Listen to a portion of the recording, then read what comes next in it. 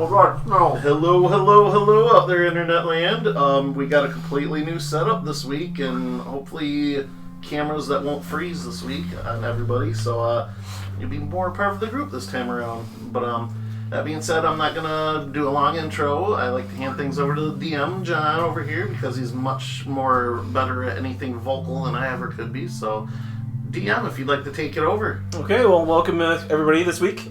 Episode 2 of Season 2 of Dark Sun. We have tonight's adventure still taking place in the city of Balak. Our heroes had just learned that the plans for becoming a dragon that were forged by Micah and Berketh were successful in being thought to be realistic by the Sorcerer King. So he started devoting much of his attention to them like a child with a new toy, leaving most of the city uninterrupted in its doings for the first time in probably a few months. That being said, you guys had kind of discovered that the Sorcerer Kings and Queens, once they find out that he is kind of toying with the same magic as Dragoth, will probably suffer the same fate as Guisan as well. So riding a fine line between, do we ally ourselves with the King Agentjunk, or do we ally ourselves with these other Sorcerer Kings, or maybe something else? That being said, the next couple of days are really kind of a chance for you to relax, make sure you have all your allies and resources in a row. After these couple days, though, you do receive a mysterious message, each of you in your place of either where you live or where you work or your everyday life. It's a scroll that just has an image of Meech's sign. It's the mercantile sign. It's like the motor pestle and the coin. And it says, three bells next day, important. And that's all it says.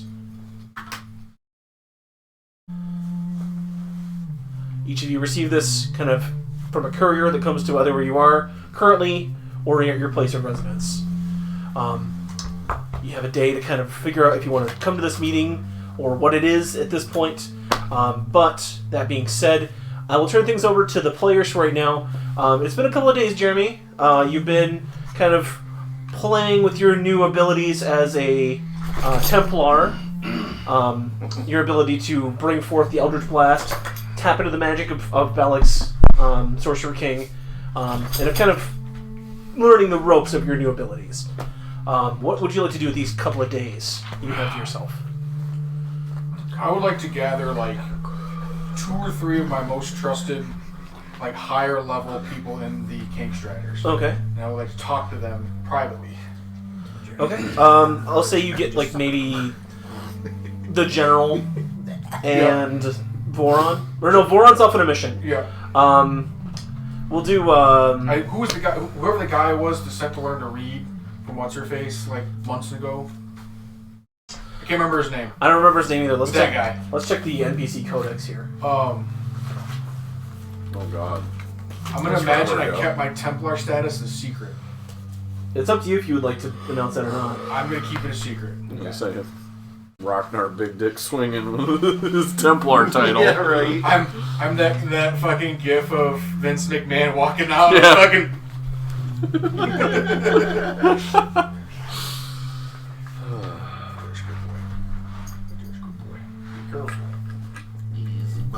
I don't have a name for him, so we'll just call him Zakir. Sure. Zakir. So you, Zakir, and the General, I'll meet up kind of in the Kingstriders headquarters, kind of in the back room, second floor. Your office, if you will. There's just a few chairs set up there, some trophies for some past battles. Zakir closes the door and kind of hushed tones, all right, well, this is important. What's going on? Basically, are you doing that too? Basically, I want to create an insurgency. Okay. I've seen the power that Sorcerer Kings are capable of, and that no single entity should have that amount of power, Okay. and I want to see about overthrowing him. And I've been granted a high-level status within his organization. Okay. And I want to use that as leverage to bring him down. Zakir kind of looks excited, and the general kind of like puts his hand on his face. And he's like, okay, Lod, do you think we have the ability to do this? Currently, no. I'll be completely honest with you. This will be an effort over months, if not years, to bring about this change. But I brought you two because I trust you two the most. Playing the long game. Not even my comrades. Zakir says, like, I think we could do it.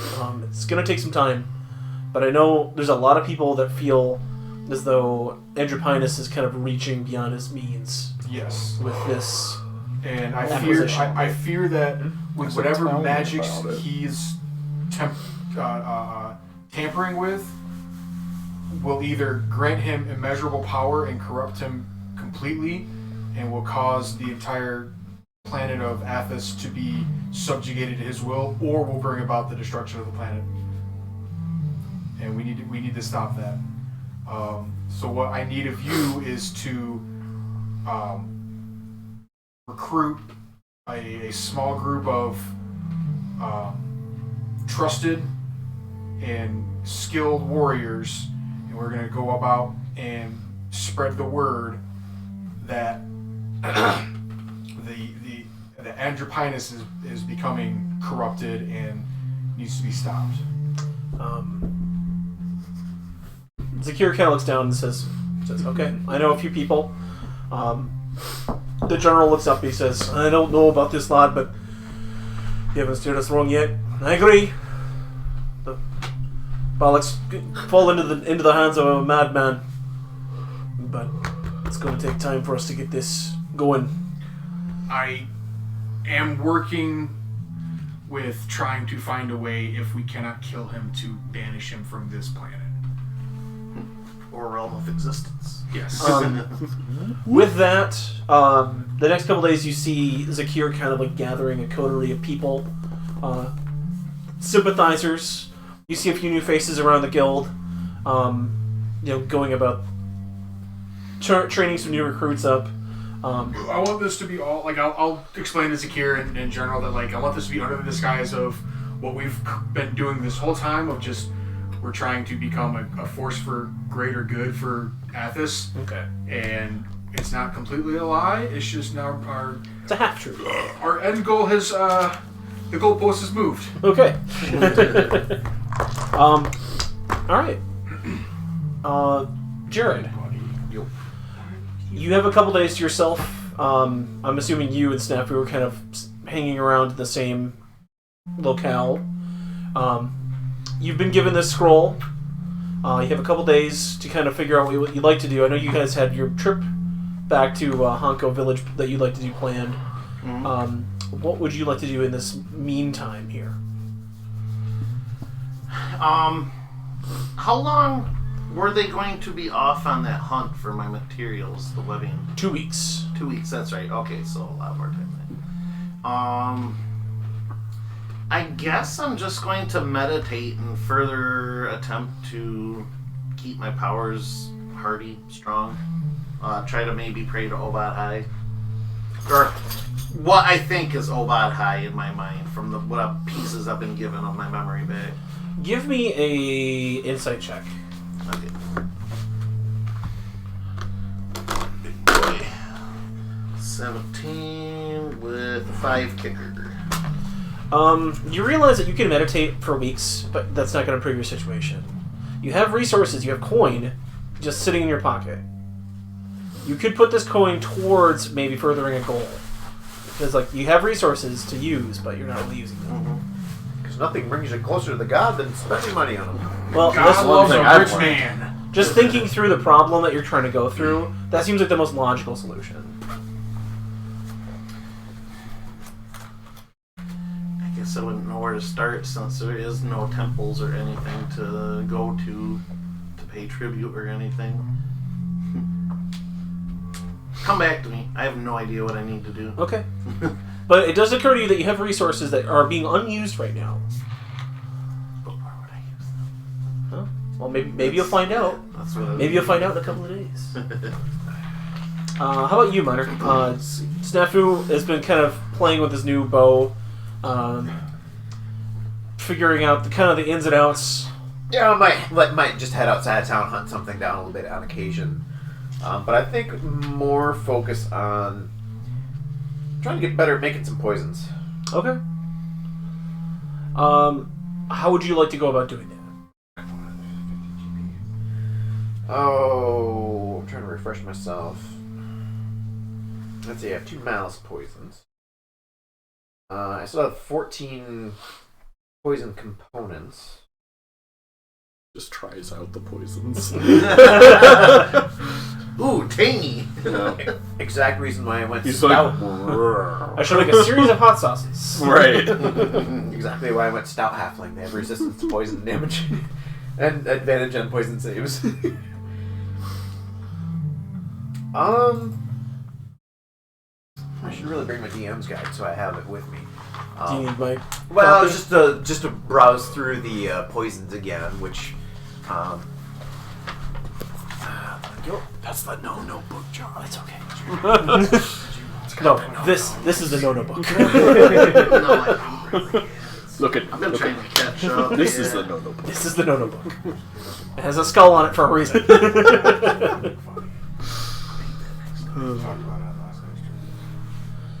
I'll put it in the hailed is breathed, injury is probably more injury is what I'd be looking for. Yeah, right? like just to hit, essentially. Yeah. Okay, so I have 2 malice. Mine's some more malice. Purple worm poison. Oh, purple worms. Ooh. I'm glad we haven't ran into any of those. Deal. Aren't those here on Athos? You have actually run into one of those. That's what I mean, yet. I We ran into it previously, didn't we? No, you guys ran into... When you were helping Meech, there was one under his shop eating his ingredients, driving the Myconids that live under the city That's into right. his territory. I need to make some of Those those are poisons. Must be harvested from a dead or incapacitated purple worm. Mm-hmm. Creature must make a DC 19 Constitution saving throw or take 12d6 poison damage on a failed save. Whoo! You have the resources to try to make those. Right. Especially if one was under a shop, I might go check on was it Meech? Meech, yeah. Meech, and see if hey, we got any leftover parts on that. Or serpent venom doesn't sound too bad, although it's a much easier DC. Are there wyverns on Athos? Yes, they're kind of rare, but they're not unknown. They live more in the forested region and kind of on the cliffs. So I should know about them. Yeah. Alright. Okay, so it's 1 component per D. Okay, towards the cost. Whew, okay, yeah. What's 2,000 divided by 50? Is that 40? Or You're asking a D- I wanna say yes. student to do math in his head over pretty here. sure it's 40. Yeah, it has to be. Yes. Okay, so I get 40 points. But I have money, so it's not like I can't not afford it. That would suck though. Get the 1 purple poison and then you'd miss. Well, remember, you can use your components like currency if you're building those poisons. Well, I have 1 component is 50 GP towards the cost, so I'm thinking at 2,000 gold for a purple worm poison, that's going to be 40 components. If you're not incurring any money loss. Right. But I'm also thinking if I just buy it straight up, 2,000 gold, I don't know. Yeah. Or even if I use 10 towards that, I would still need 30 components. Yeah. Probably, like I said, probably just mess around with the drought poison. Do you want to make more? Do you want to make another batch of drought poison? What I actually have, I have some malice. What's the drought again? Be poisoned for 1 hour. I'll probably make a few more malice and make some drow as well. What's the drow? What's that one cost? 200, not too bad. Malice is 250. 200, 280.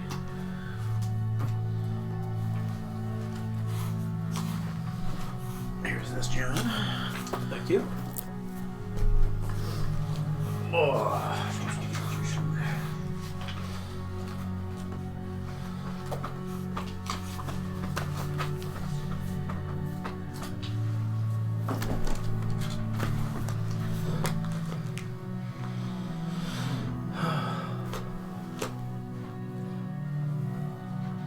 I might have an idea of what I could do. Okay. Couple sort of smaller things. I would like to find, after this battle and finding out I need to be a little bit more discreet sometimes, I'd like to find a good dagger or something, an enchanted dagger. Okay. If possible. There's a number of places you can go for that. If you want to go, probably the safest source would be Meech. He can offer you like a magical +1 dagger. Okay. It would be Athassian, so it would have, strikes to it. Yeah. But he could sell it to you for like 700 gold. Okay. What about any other options? He could do any martial weapon, like including any Athassian weapons that you might want, as a magical +1. Basically, base cost plus 600.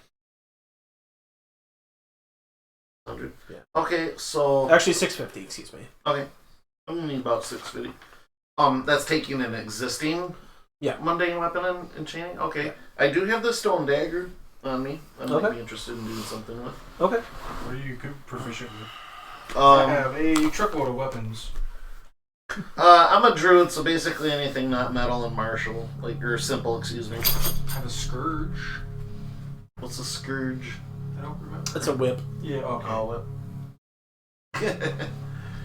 Isn't It's it a- like those like multi-lashed whips? Yeah, it's got like Nine tails or whatever. yeah, but it's got like claws and teeth like sewn like tied into the leather, so it'll cut when it whips. okay. And it hurts like hell. That's what I do.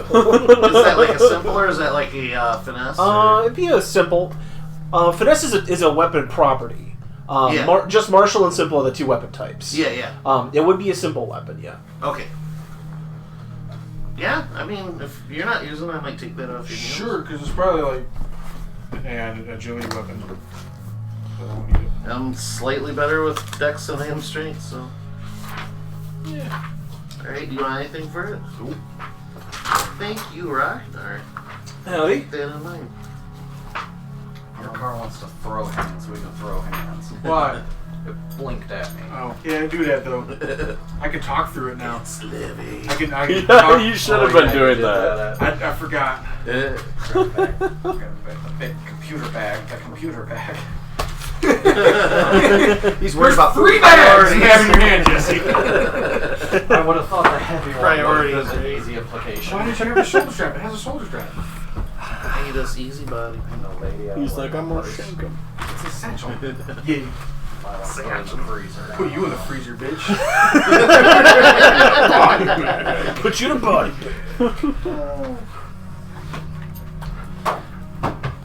So, base weapon, what was. It'd be a 1d6 Okay. reach finesse weapon. Reach. And finesse uses dex. Dex instead of for attacking and damage, yes. strength. Okay, cool. That works for me. Fuck out of here. Ow! And then regular base damage, right? You want to know what a scourge is? His tail's a scourge. And then I would also like, I have been collecting all these scrolls and tomes. I would like to head to the local library and see if I can have them. There is no library. In the library? No. Where would be the best Most place people to don't go? know how to You're read. like a Fair enough. If you were Mages Guild or something. no mages guilds, I didn't think You so. might be able to find a coven tucked away somewhere. I say he's probably your best bet. Okay, well, I guess it depends on I'm what an you want. educated man, and I'm also an educated dragon. So I can read both. I also I'm have pretty that sure one I've girl. seen the end of the universe, so I think I could read a book or two for you. There's that one girl who's teaching my guys to read too. Yeah, Oh, yeah. I've bought drinks in dimensions you've never visited Or conceived. or conceived. They call it milk. Blue milk. But much. Well, I do have, and it depends on if you guys want to waste your time doing this or not. I have 2 ancient tomes of knowledge, 4 magical scrolls, and 1 draconian spell scroll that are currently sitting unidentified. But I guess that's about all I got. But it's your 2 hours too, so I don't want to just take it over. Well, it's 2 days. Or 2 days, excuse me. So. And at some point during the night, when I was laying up at bed, I was just like, I couldn't sleep anyway, I guess. Yep. But alright, I'd like to hit up one of my friends here. Okay. Dragonborns don't get sleepy when they masturbate. You just visit Malagaz at his estate. You're welcomed in by Zunakai and take a seat in the study. And in the middle of whatever you're trying to get done these 2 days, you kind of pull a few minutes aside to meet with Bearbrighter here. What are you trying to get identified? Well, anything that we can in that amount of time. Primarily looking more at these 2 ancient tomes of knowledge. But like I said, I got the 2 tomes, 4 magical scrolls, and 1 draconian skull scroll. Okay. Everything else in there. If you want to do the knowledge tomes, you go ahead and give me a knowledge. Let's see. Give me a history check. I was going to say knowledge checks aren't a thing anymore. That's 3rd edition. Yeah. What kind? I never fucking get to use the skill, and I'm trained in it, so I'm glad I finally get to There use you it. go. 14. One of the 2 books of this lost knowledge, it is agricultural practices, and essentially it is kind of a lost art of like soil rotation and stuff like that. You could use this to increase your yield on your crops. Essentially, it'll give you it's worth 500 gold just for the information alone. But if you would like to utilize it, it would give you a bonus to food production for the next coming days. I relay that information. Okay. Alright, sweet. Thank you. Mm-hmm. Would you like anything for your time? Big old kiss. Or slobbering massive kisses. Malagaz is just like, in this house we kiss.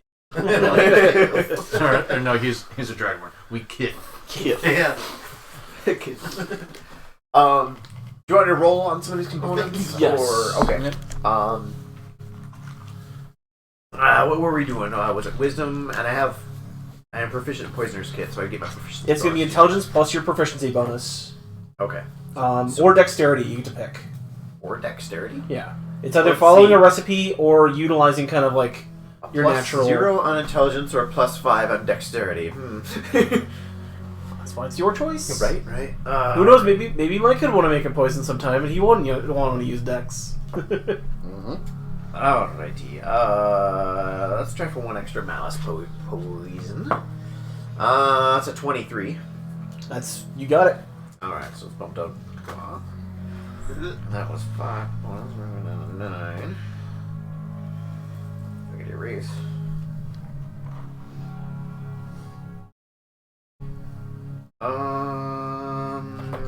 Alright, now let's try a drow poison. Okay.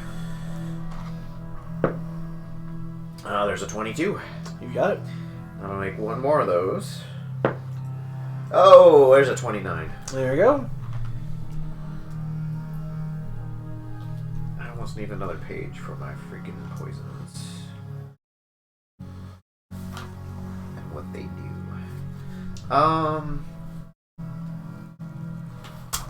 And I will check with Mish. Meech. I never know how to pronounce. See what. Okay.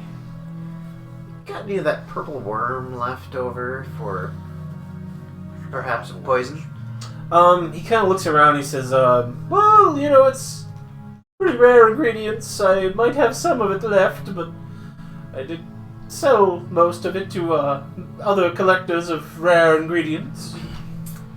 That's fair. I knew it was going to be rare, so... And it's been a little while since we killed it for you, so, Give me a persuasion check. Been a little while since we saved your business. Yeah, right. Remember those mushroom people in your basement? Millionaire overnight. Okay, a purple die. It rolled a natural 1 earlier. This time it was just a natural 2. So that's an 8 on persuasion. Yeah. This purple die is on its last legs tonight. He checks his kind of back room inventory. Comes back. He says, "Well, I have 1 or 2 pieces, but it'd be kind of expensive to charge for. They are very rare, however." Yeah, and I'd probably. How many pieces? Is it enough to make a poison? It is 2 pieces, and they're worth. I'll say they're worth 3 components a piece. So 6 components, and I need 40. Ha. Components, just yeah. regular. No, these are. Well, technically regular, but for purple worm. Just purple worm. like psychic components then, or what kind? No, Poison. Poison. Poison. Okay. I don't know. I think to make a proper poison, I'm gonna need a lot more than this. Maybe I'll try my luck elsewhere, or not really. I mean, not elsewhere here in town, but It's totally fine. I'm not going to be angry or anything. Right. It is a business. Do you carry any regular poisons already made? I carry a few here and there. I can sell to you. Mostly anything a little bit more common. I have assassin's blood. I have some carrion crawler mucus. A little bit of serpent venom, and some truth serum. Some serpent venom, huh? Yes. What did that one do again? Let me look at the book that tells me what these things do. It's a ringing. Like I just read it too, and I can't remember what it was now. I handed it right back to you. Yes, you did.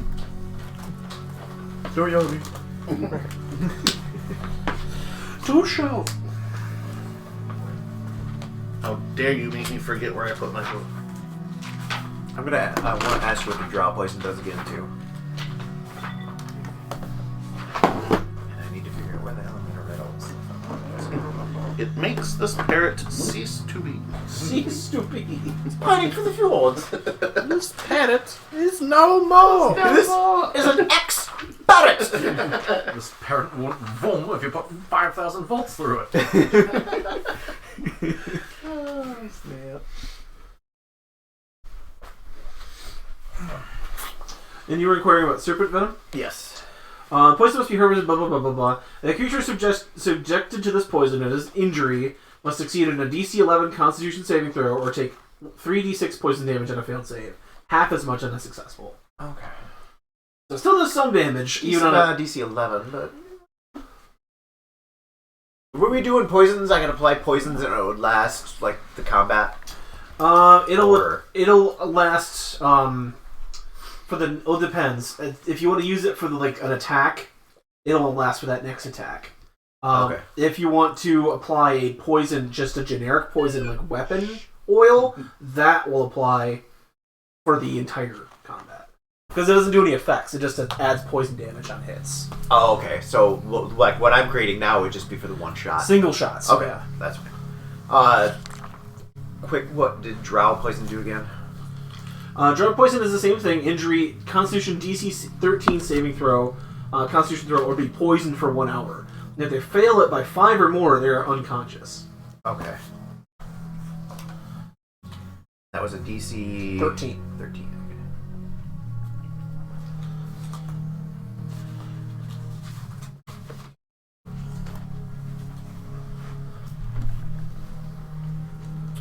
How much for that, serpent venom? I can charge you... I like you, Mr. Snafu. I can charge you 150 gold per dose. 150. Paretta looks at you and flicks her tongue. Or free, whatever. Am I not good enough for you? I think you're from a dead snake. Yeah, Kill Peretta. Take the poison. Oh, I thought you could just eject it normally like you would with a snake. You can actually give yourself venom glands? DM? It's gonna have to be harder for this to harvest it from a dead snake. Oh, okay. Yeah. There you go. You harder from the live one. I'm just gonna say, like, in lore, you know that you have to take the poison gland out of the snake, and that's what makes it effective. There you go. I'll take a couple. All right. Okay. So 300 gold. Yep.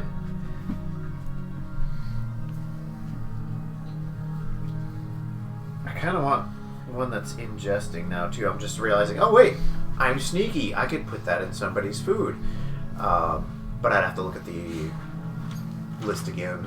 I have the book if you I want. say if you want to, I'll look at it again if you want to move on to somebody else. Okay. So I'm not holding things up. Also, you can do one more thing, and that'll be the end of your 2 days. So you had a very productive couple of days. Yeah. Malgas. You also received this letter, but you have a couple of days to kind of do some additional stuff around town before things kind of get, kind of move on to the next stage. What would you like to do? If you would like, Micah, just assume that Paretta's kind of hanging out with you, helping you as you teaching her whatever is in this tome. That's kind of that's like just a silent agreement. Like, I'll help you with your stuff since you're helping me with them, if you want. Well. So the thing with that is, I need money. Bitch has money. Do you recall what your favor was that you asked of Andropinus? Well, You unlocked psychic powers, correct? yeah. It was so that I could spend hit dice to either get HP or PSPs. Or split it down the middle. Or now I can split it down the middle. Yep. Yeah. And I asked for that because I plan on buying a yacht. Yes. So, because he'd just be like, yeah, here you go. Have this blown out one you guys were just using. Yeah, right. So, There are plenty of shipwrights here in Balak. They're kind of on the north side of town. This is like the sort of the more industrial, sort of like military vessel part, but they do sell some additional like crafts that, if you're a part of like the patrician class, which you aren't technically a patrician, but you are a member of nobility here in town, you can sort of get a non-armed maybe version of a warcraft. 1, 2, or 3. 3. That's the right answer. or we get an armed one. I mean, if you'd like to Jedi mind trick your way into doing that, you try. Sounds like, hi. Get us a juggernaut. No, I want fast. What do you? No, what fast makes target. it like? What's the weaponry on a war vessel? Is it ballista like we have? Ballistas, catapults, and some of the rarer ones have fire spitters. They use like a volatile oil that they kind of soak like a cannon, like almost like a cannonball in, and it just like lights a flame, and then they toss it through sort of like a mortar at like an opponent. Oh, okay. So it hits the mortar. Yeah. Gotcha. I thought you were gonna say it was like a flamethrower that they fashioned It's on the just- boat to just like. Yeah, it's not like a. No. I'm like very It specific. does use. projectile fire damage.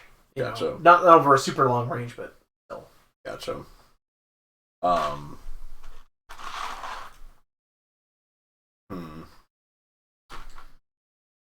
Well, I'd like to, I guess, go down there and speak with the more favorable. I assume being local and a business owner, but also a noble. I would know who by reputation who to talk to. You would go down and most likely speak with one of the members of the military. Imagine him going up like Mac and Dennis were dressed up as like the really fancy Englishmen. Yes! They're like, We got ourselves a couple of puffs.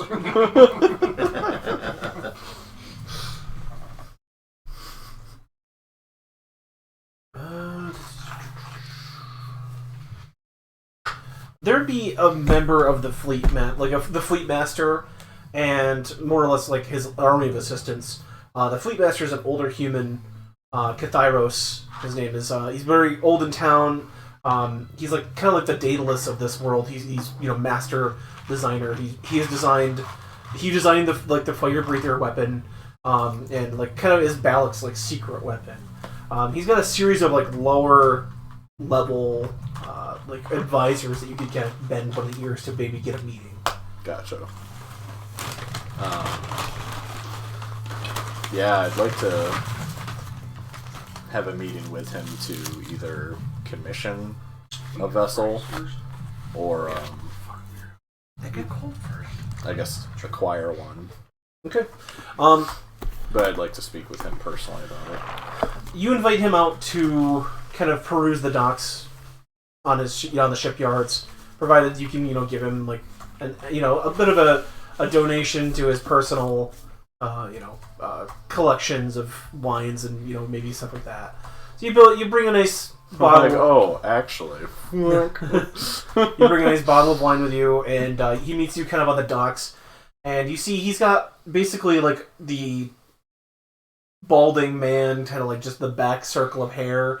His head is like very sunburned, but he has this pair of like leather goggles that are kind of permanently affixed to like his forehead, and he wears sort of a black and gray like ash colored toga, and he's got a series of tools on a tool belt kind of around him.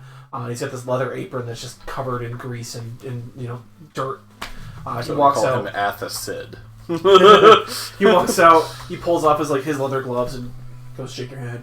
Master Malagos, it's nice to see you. I remember being your father commissioned one or two pieces from my personal crafting house here. It's nice to see that the son follows in the father's footsteps. For sure. I'm all about supporting a local craftsman, given the choice. I mean, how else are we to grow? And with a reputation as keen as yours, father must have been on something. Well, he did commission quite a few personal craft from me. I know you've also inherited the talent of the way. Mm-hmm. By the way, let me show you something we've been working on. By the way. And he kind of walks you down to the docks there, and you see like there is a sort of a juggernaut style like warship being constructed. Mm-hmm. He says this is for the coming conflict with the dwarves of Lodopolis. You can see it's sort of a 3-tiered ship. Like the bottom has the wheels on there, but you can tell that there's also a psychic lift system. Actually, they need it to move a thing of this size. He says that the ship would be too big to move if they did not have like a couple of psionicists actually helping to raise the level of the ship up to be able to move it. It has a couple of sails, and it has like more like wheel generators. There's like a hamster wheel in the middle of the ship that he kind of shows you, Mm-hmm. where there's gonna have people like running inside of it and like turning it that propels it forward. But it's got ballistas, and then it's got like the fire breathers, and on the top it's got like 2 catapults. It's heavily armed. Ours right, it could be ours. We call this one the Decimator. Ooh. Certainly Can you looks deny like that? it could do just that. I just said impressive, yet Totally be sure intimidating something, not vessel. reduced it by 10%. And it can also carry up to 400 troops if it was if some of the cargo bays had been left out. So it's a massive vessel. Can carry like a large amount of troops on it. If he said some of the cargo is removed for some of the extra munitions. So it's a beast of a ship. Mm-hmm. He says it's going to be the new flagship of the fleet of Balak as we lead ourselves in war. I'll say, I don't know if you were around when war were declared. I heard Alabek Ray poked her nose in our business. Well, I'm glad that you guys cut it off for her. Well, that weird skin manipulating witch will probably grow herself a new one. But that being said, I'm allocating all the forces I can to improving the Balak Navy. But I hear you're in the market for a new ship. I am. It would it'd have to house quite a few people. I don't know that necessarily war times are going to be good for the wine industry, especially if it shows up on our doors here. Of course. So it would have to be able to house my house and goods, also the crew, all that. He kind of walks you to a dry dock, kind of like one of the larger buildings to the north. It's where they make like the structures of the ships. I was like, John, they're all dry docks. I know, it's It's all sand. dry docks. But like more of the construction yard. Driest dock possible. He has a couple of boats in sort of storage. He has a Baba Yaga house. Yeah. Remember, for 1500, he said he has a sailing ship. It's got a speed of about 2 miles per hour. And it is, like, especially not bad considering it's on quicksand. Mm-hmm. But it's lighter than normal ships. It can, I believe...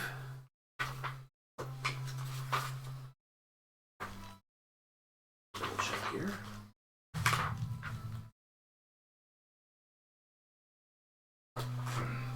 I'll have to double check it in another here. Shut up. I believe it's not bad. It could house the party and a few people. There is a longer, for like 20,000. He's got a longboat, that style. He could apply. That's using the additional funds to apply the psychic glyph system that as well.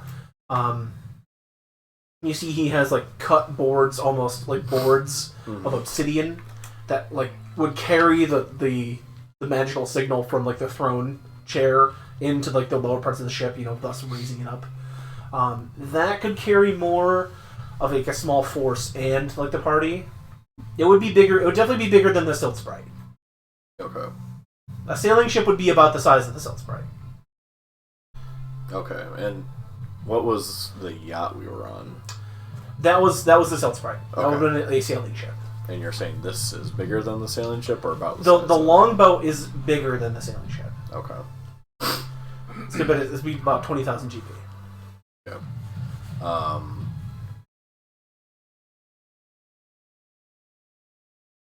Now I'll say, I know that war times are upon us, and honestly, I can't make it go away to have this be a more appropriate time. But if possible, could there be something that within your genius of a shipwright that you could implement into the ship to make it one of a kind? I think something could be arranged. What are you thinking more? Speed, defense, or attack? Are you talking about the longboat or The longbow, yeah. Okay. What's its speed currently? I believe 3 miles per hour. As fast as your bastards can run to that wheel. Yeah. I feel like speed would probably be key. Can I show you something I haven't even talked to the Sorcerer King about? You gotta keep your lips tight. That's all that's up here. It takes you to the basement of the factory. There's a large door. There's a large guard, guard or two in front of it. He tells him, kind of waves him off. Is he like a big lunk? Yeah. He's a big lunk. Would you want me to Okay, accompany boss. you? Oh, that's fine. I'm just Okay. literally Um, talking. He they have him undo these massive like those bolts that you have like indoors, but it's like a log. Mm-hmm. Pulls it out and opens it up, and you can see inside is a workshop. He goes around and lights a few lanterns, and you can see in the middle of this workshop is a large apparatus covered by a cloth. He pulls off the cloth, and it's a wheel of some kind attached with a sort of a bar to sort of a wooden cylinder. And on one side of this, there's a large bellows. It's been made out of leather, like guts of kind of like a reptilian skin, but it's like the size of a person. This is an acceleration module. Not as messy as the wheels that normal ships carry. This can be powered by multiple crews. We're using wind power and kind of new technique called steam power. You're to burn wood in the furnace. It would generate a sort of a pressure inside the cylinder. When pushed down to the bellows and combined with the pressure of the air, it will push a force forward. You could keep a man on this bellows and probably squeeze another 2 miles per hour out of it. It would probably take a bit out of the man squeezing the bellows, but if you had a crew rotate out, not so bad. Definitely better than just having somebody inside of a wooden wheel running, not seeing where they're going. You could also hook this to most likely the axle of the wheels to help steer. Gotcha. Okay.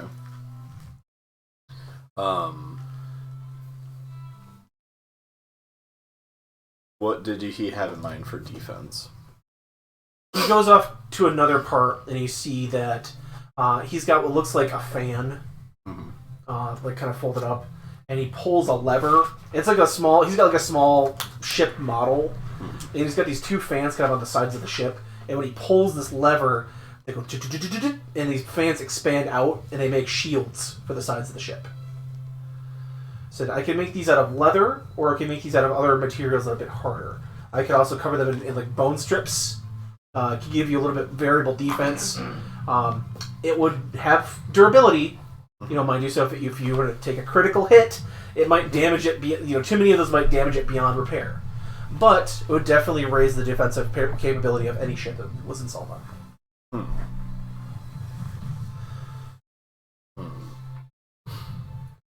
You can also see that, like, in the sides there, like, even, like, built into, like, the defensive fans are, like, arrow slits. So, like, you can still fire from defensive positions inside of this, like, sort of ship cover.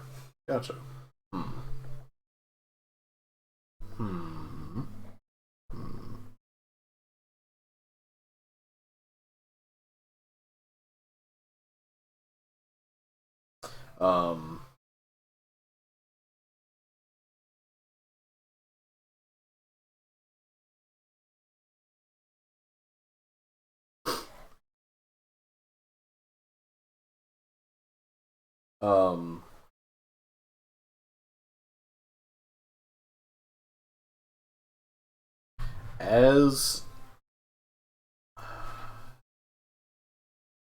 As I'm looking at the design of the bellows,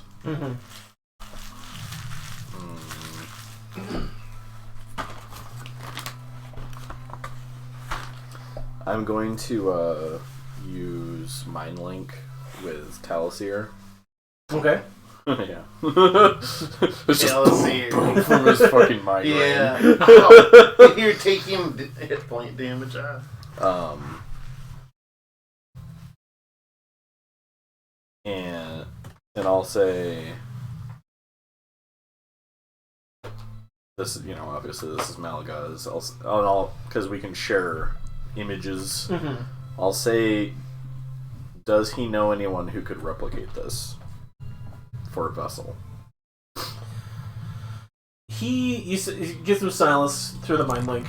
He says, I know one person, possibly out of tier, that could help. Do you have the map up, John? Yeah. You are in Balak. Tyr is more or less on the western side here, by the iron mines. I mean, you guys do have a lot of business going on in this side of And Athos. that's kind of what I was thinking. I wanted to see if that would, like, over there. Yeah. Okay. Well, how much is he thinking for the technology, not necessarily the boat? Are you with him right now? Yeah, I'm kind of asking through him, I guess, more than anything, because this is more his business, but... Well, I'd say for the defensive design, it would be 1,500. For the engine design, it would be 2,000.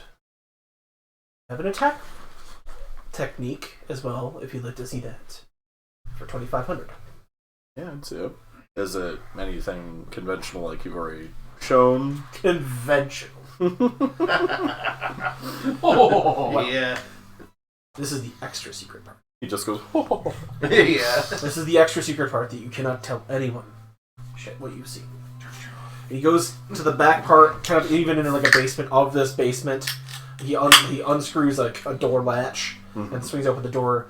And as you kind of go down with a torch, he holds your hand.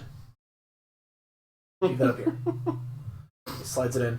He pulls out like a stone and like whispers some words to it, and a magical glow kind of goes off. And he leads you down into this basement where there's rows and rows of about 30 or 40 barrels, kind of like they're brown and like sort of like leaky. This leaking this sort of like blackish fluid. I have developed a new material that is explosive when conducted with fire. I call it boom sauce. Call it boom sauce. Boom sauce. And he takes a finger and kind of like gets this sort of like oily substance on his finger. He wipes it on he's got a scroll nearby. He wipes it. He takes it back upstairs with you. Then he takes the torch and he just lightly touches it, and it's like this big kind of like not like hand grenade side explosion, but a sizable explosion. Firecracker. This can be used to either propel, bolts or whatnot forward, or it could be used in chain reactions to detonate ships. That'd be really useful considering I could just detonate anything I look at. So You see an excited glint in Pergana's eyes. Yeah. Oh, really? Fire, you say? Dare I ask how much it is? 3,000. For all 30 or a barrel? I would provide you with 10 barrels at a time. Okay. A barrel is a lot. Like, you could get maybe 5 shots out of a barrel. Okay. This I would make you track ammo. Oh, for sure, yeah. Because it is a very limited resource. I just pictured the big bombs from Zelda. Pretty much, yeah. Just in the giant Goron barrel. This is basically fire. This is basically explosive technology in a Stone Age world. This is that he has come across. Just get some in some vials. I can attach it to an arrow and launch him into a fire pit.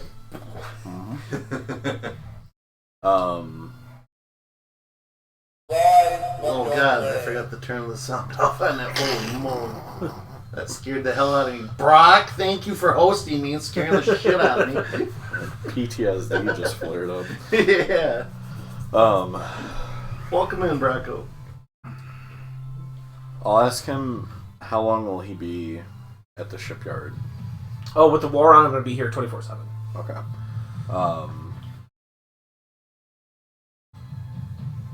I will say, give me some time to acquire the assets. Of course.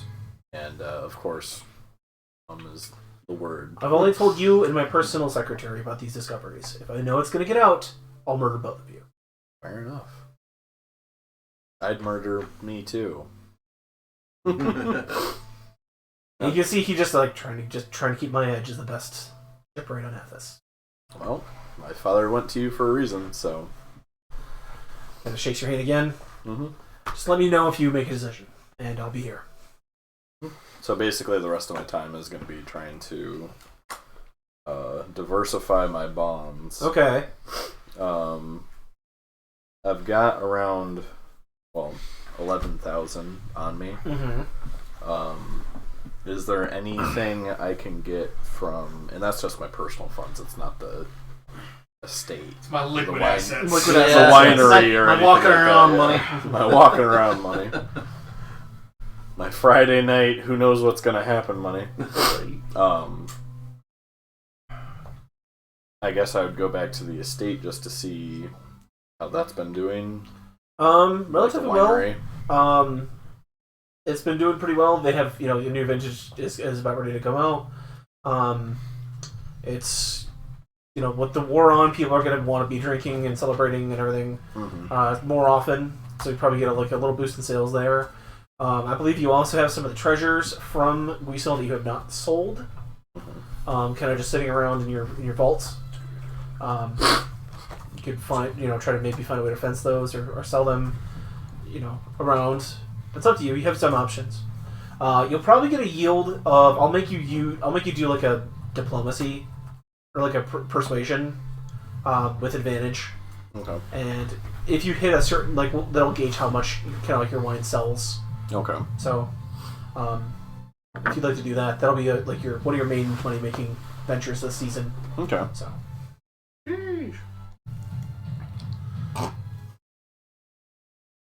He's like, sheesh indeed. Each of these, they're going to go by success tiers. Okay. Higher you get, the higher the dice I'm going to roll. Okay. Perfect. It's like, hello, TV land. Hi, Twitch. No. Free Midas moment. 15 for the first one. 15. Okay. That was the first roll with advantage. Yeah, I'm just rolling both at the same time. The yield is 10,000. Okay.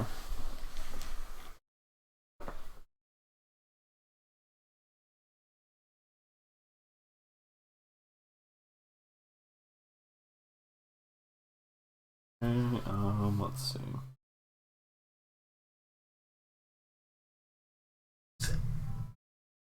Who started rewatching Archer? And I'm gonna kind of freeze there because this is your whole other 2 days is gonna be making that sale. Mm-hmm. Yeah. So, I'll hop over to you, Jesse. The rest of the party had received a letter. It just has Meech's seal. It was the motor pestle with the coin. It said 3 bells the next day, or like tomorrow. Basement. That's all it says. It was hand delivered to you by a courier at Oriel's estate. Okay. Now your favor with the Sorcerer King was what again? That was Yeah, a little bit Oreo. Troops and support to head west to put down the local guard back there. elementalist uprising. yes. With that, the next day at Oriel's estate, you see a guard captain show up.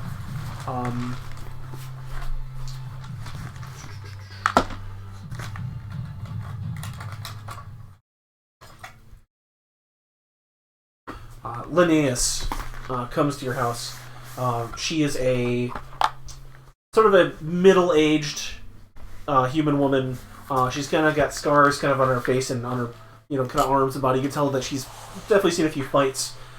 She's dressed in the more kind of like legionnaire armor of Balak. She's got like a rare steel helm, marking her as a guard captain. But she's got the cerulean blue and black robes, and like the leather lamellate armor. She comes to your house and she started to introduce herself. She says, "Sir, I am Captain Linnaeus. I have at my disposal 200 men." Or you can handle what? Accepted. That hasn't been proven. Andropinus has told us that we are to root out any and all suspected elementalists in the West. I volunteered for myself and my corps for this mission. And why did you volunteer rather than someone be assigned? In the Imix conflict, sir, my family immolated, sir, by fire elemental. Oh, If I have a chance to make those bastards pay, I'll take it. good enough. People that know how to put out a fire. Quite proficient, sir. What you said 200 troops. What sort of ranks do you offer? 70% infantry, 20% cavalry, 10% archers. 100% reason.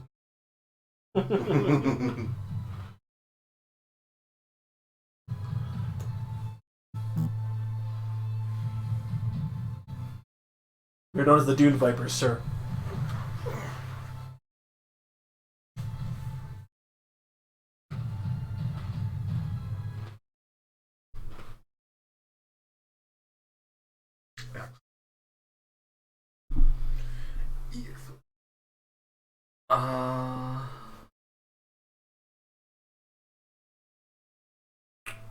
Awesome.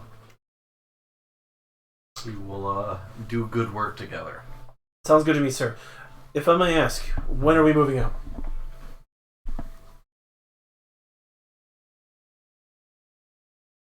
Most likely. You know, you have some business to go elsewhere. You're gonna have to get transports together. You know, to transport these people if you're gonna take the whole legion with you. Oh yes. So. I'll tell her. Within probably like 3 or 4 days, maybe sooner, we'll be heading out. But we'll need to acquire ships and supplies. And Drapenis has given us enough supplies to keep ourselves fed for the next month or so. We have transport over to land. Anything else would be... we have... Our cavalry is tank mounted. We have a small amount of troops that can also, side people that would be able to take care of the camp. Mm-hmm. We are self-sufficient, but providing us with any sort of resources to give us any better... support would be helpful. Uh-huh. Then we shall take that mission. Well, then that is our first task, is getting ships that can transport all of us. If I might, sir, I know Kyros is currently building a fleet for the Empire, or for Balak. Mm-hmm. Perhaps he could be reasoned with, maybe giving us additional resources. Sounds good to me. Perhaps. This is just like head on the tripod, looking up at him.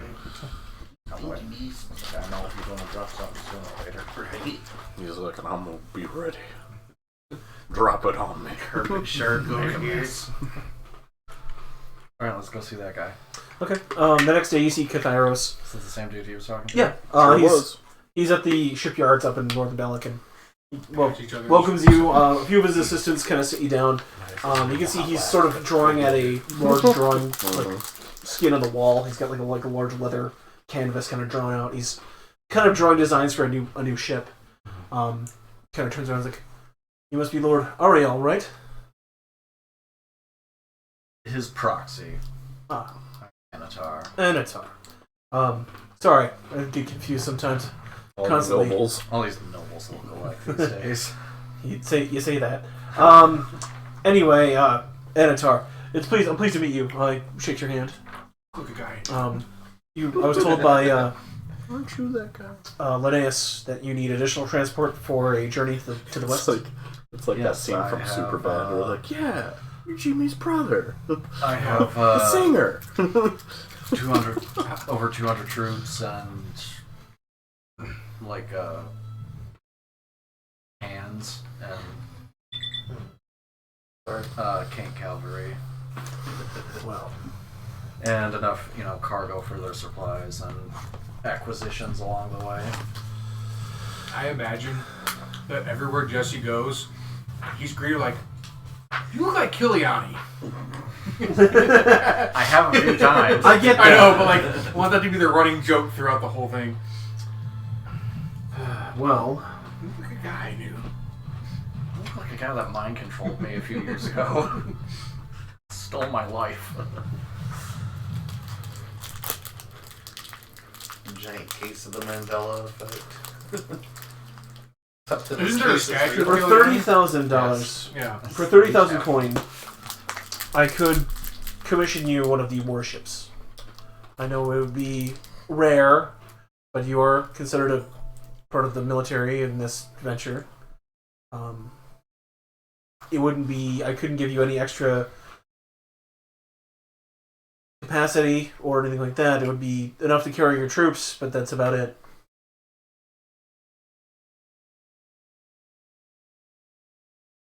So does it have room for like cargo and all that shit? It does. It's gonna basically. There's gonna be no frills. If you want to take everybody with you, and they're all gonna ride the ship, it's gonna be basically just this warship.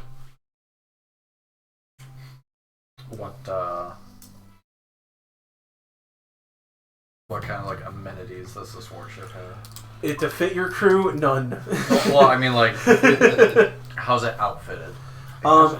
It's a standard. It's gonna be a standard land ship. I'll show you a picture. Okay, Think of a canoe, but bigger. And with wheels. And maybe a canopy. I told Jared it has a hole to poop out of. Yeah. Called the poop hatch. You lift the door and stick your buttocks in it. Ooh, I just thought about Left the door and settle score. keel hauling somebody in a land ship. Oof. You would just drag at like 2 miles per hour. No, you throw him over the front, They just walk. and he goes underneath, and they're supposed to get ripped up by the. Between the sand and the boat. Well, in the ocean, you get ripped up by the barnacles on the underside of the ship. Ah. But yeah, you get sandpapered. Right? At a very slow speed.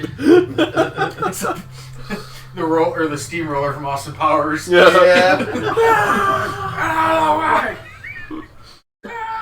He's screaming the whole time. This is a design for a Machiliot-powered version. I don't know if I could give you that, but I could supplement it with a few turning wheels. You have 200 soldiers. They could man, the power it would take to move this thing Put 'em forward. to work. Staying in shape. He's got a catapult. No, it's a crane. He says for cargo. I mean, I could replace it with a catapult if you'd like. Weaponize everything. I can't tell if it looks like a narwhal mixed with a penis, Yeah, or if it looks like a turd mixed with a narwhal. it's a sadistic sex toy. Just reminds me a lot of that Joel from Avatar. Yeah. What's the back thing that curls up? Crow's Lookout Nest. tower. Okay. I was like, because it kind of looks like a Weren't fancy there- tower. Weren't there ships that floated like the psionic ships? No, Are those rare? that's the thing that tickles your prostate. The smaller ones are a bit rarer. They're a bit more expensive. This one, due to the size, Has to be on wheels. it has to be powered. The only exception. This is kind of Rockner would know this, but the Decimator is experimental. It is a warship about this size, maybe bigger, that does utilize both manpower and psionics to lift it, to move it.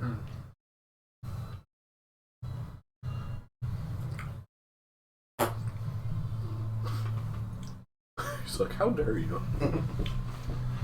Now How this dare is you do that just once. this is a sea transport. If you wanted a land transport, I wouldn't be the person to speak to, but there might be something you could do. I'm listening. There is a mercenary guild out of the city. Oh, okay. Out of the city. City of Compton. I was gonna City of Compton. City of Compton. I was gonna say, I swear to God, if you say King Striders. Funny enough. Sadly, not the King Striders. I know they're a little bit more reliable than these guys. They're called the Skullbreakers. They have access to a Machiliot chariot. That is a land ship of considerable size. Let me show you. I was gonna say, can you describe it to me? And by describe it to me, I mean DM show me a picture. Put the image in my eyeballs so that my brain can process it. He kind of pulls out a charcoal illustration of what it would be. Oh, okay. That would be more of a land-based transport. It could carry your people a little bit easier than having to rely on, getting it over the silt. Can I see the map? The world map? Yeah. Rolling Fortress. So we are way down at the bottom, right? You're way down at the bottom. You'd be going from Balak. It essentially, if you had a silt ship, it could traverse any sort of terrain except for mountains. If it was a land transport, it would basically be taking red roads. The roads. It could go off road, but at half speed. See that mountain over there? Seriously. Just take, what is it, We're trying to get to jet? Tier is going to be where a lot of your stuff is. You essentially are going to be going to the Freedom region, which is just north of Tier. You also know that Marsh Deep Keep is located somewhere in this swampy morass down here. Lead jam it.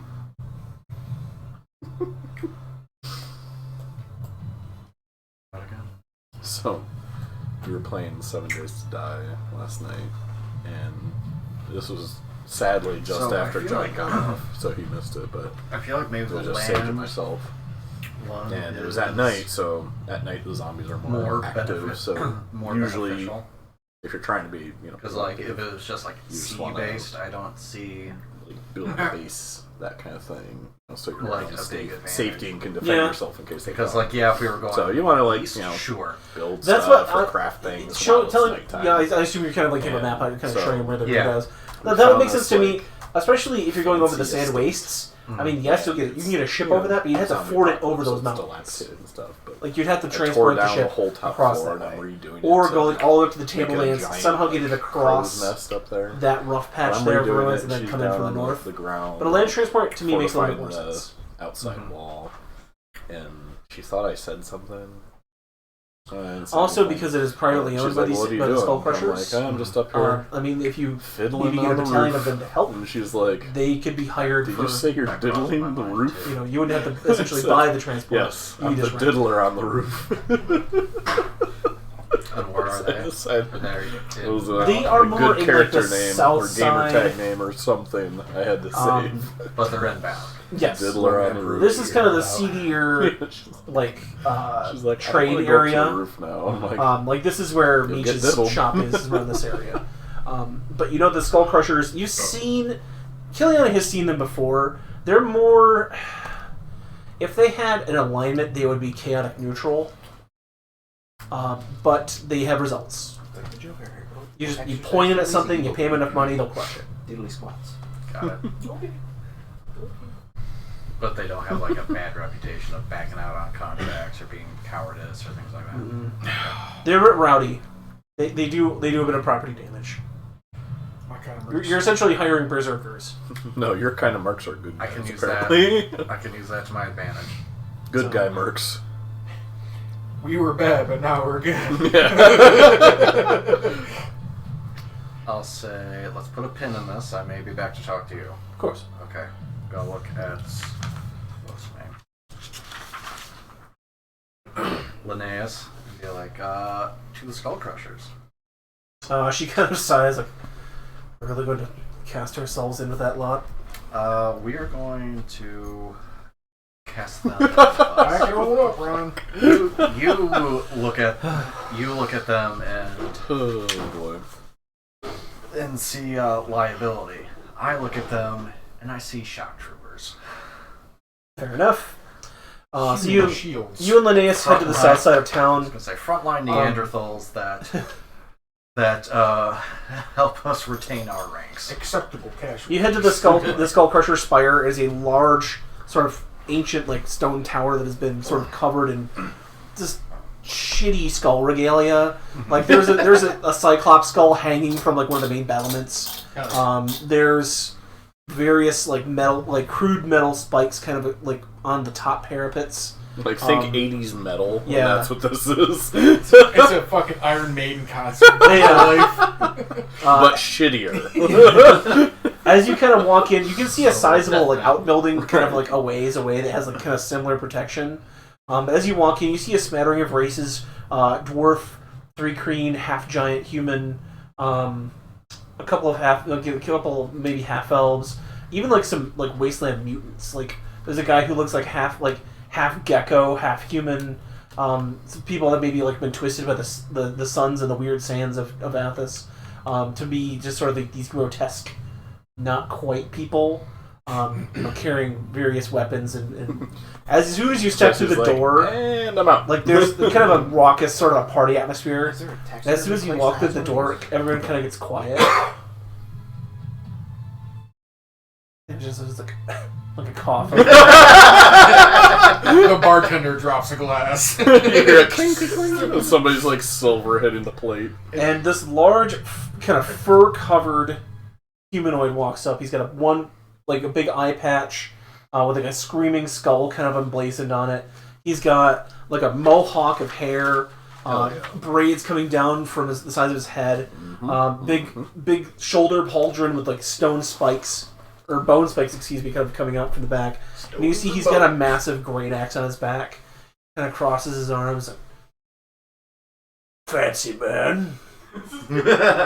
You're not wrong. What business you have here, fancy man? I hear you've got the transport I require. Transport. Boring. Your clothes, But your we gun, have. your motorcycle. Come. Your Come Ruby. inside. And Linnaeus kind of pulls her cloak a little bit tighter around herself as you guys kind of walk in. The place just reeks. You can tell that most of the people just like piss in the corner when they're drunk and can't get to the bathroom. He leads you sort of off to the back, up the stairs, to a little bit more of a quieter area. As soon as like the large man leads you up the stairs, the party kind of resumes. As you get upstairs, you kind of are across a large stone desk from a more conventional looking person. It's a sort of a darker skinned elf. She's got sort of a darkish purple hue to her skin, kind of like in a swirling pattern kind of on her face. She's got like a top knot, some leather armor kind of like, you know, around like her shoulders. And she's also got like a few trophies on the back, like large weapons and spears. She stands and says, Krask, what have you brought to me this day? I bring Fancy Man. He wants to hire for transport. Okay, go play, Krask. Okay. Boom, boom. And you hear, like, hey, give me another barrel of ale. I'll let you stop, Krask. And she kind of waves you two in front of her desk. She's got a couple of crude seats there. Kind of folds up her papers. That you expected. Good day. I am Lord Anatar. This is Captain Linnaeus. Pleased to meet you. We are on a mission from King Andrew Pinus himself. And we have business out west, but require transport. I hear the Skull Crushers can provide like no other. Well, my men can provide a service if you have the right coin. Good. How much? 2. Yeah. Now tell her exactly how coin, much you have.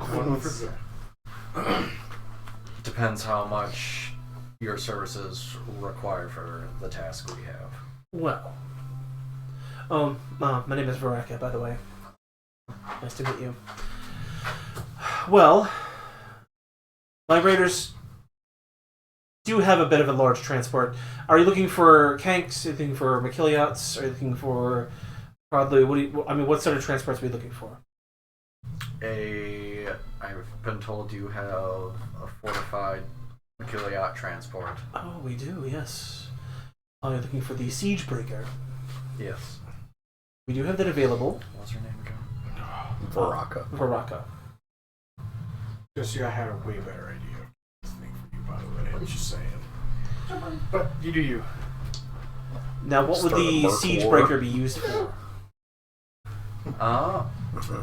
No doubt you've heard of all the elemental Unreported nonsense activity. going on in the Freedom Lands and around here. I hear a lot of things. Well, let's say there is. Okay, I'll take your word for it. We've been charged with putting them down. Good. Killing. Okay, we do killing. Killing's fine. Okay. Now, are we going to be getting any sort of political shit with anybody? Are we fighting like a sorcerer king? Are we fighting like a gang of thieves? Like any vengeance gonna come back on us? Yourselves know if there were to be any, and there won't, it'd be on myself. Okay, so not a lot of backlash from this. I am the face of this operation.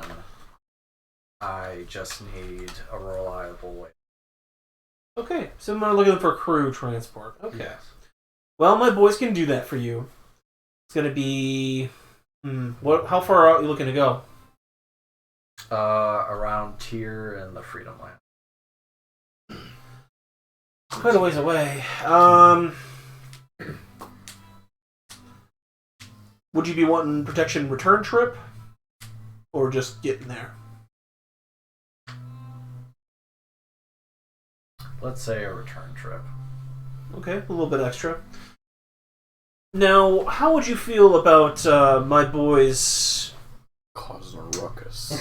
maybe acquiring some additional resources along the way? What's this ruckus? And Linnaeus kind of like steps forward, like, I will not have thievery in I'll not have thievery in your particular brand of barbarism on my trip. Thank you. She sort of nods. Oh, sorry, I forgot I was with an official company. So, if we come across any other raiders, are we allowed to kill them and take their shit? Anyone that would mean us harm, sure. Cool. Anyone that would mean harm to the people of Balak, whether it were, merchants trying to... I don't really give a shit about the people of Balak. Yeah. I just give a shit about my boys. Yeah, well, so, if they would mean our citizens harm, they would mean you harm as well. Of course. I'll put it that way. So we can rumble along the way. Fine, okay. Looking at 5,000.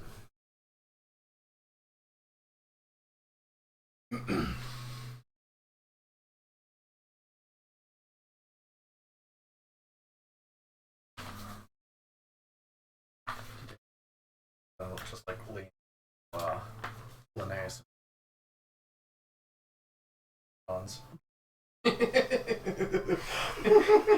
you got your checkbook? Let me see. Give me high or low. Hey, I forgot my wallet. He might have. Hey, did you bring the checkbook? Shit, left my card at home. I'll call it now. Yeah. Hi. 95. He has a slush fund of 3,000. Nice.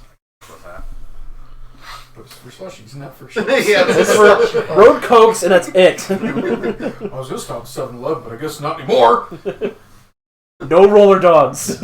Oh. Cross no roller dogs! What about taquitos? We're on a desert planet. No. Counter offer. It only made I'll- down. She's like, you don't have to say that. How about- It's a treat you'll ever have. 4,000.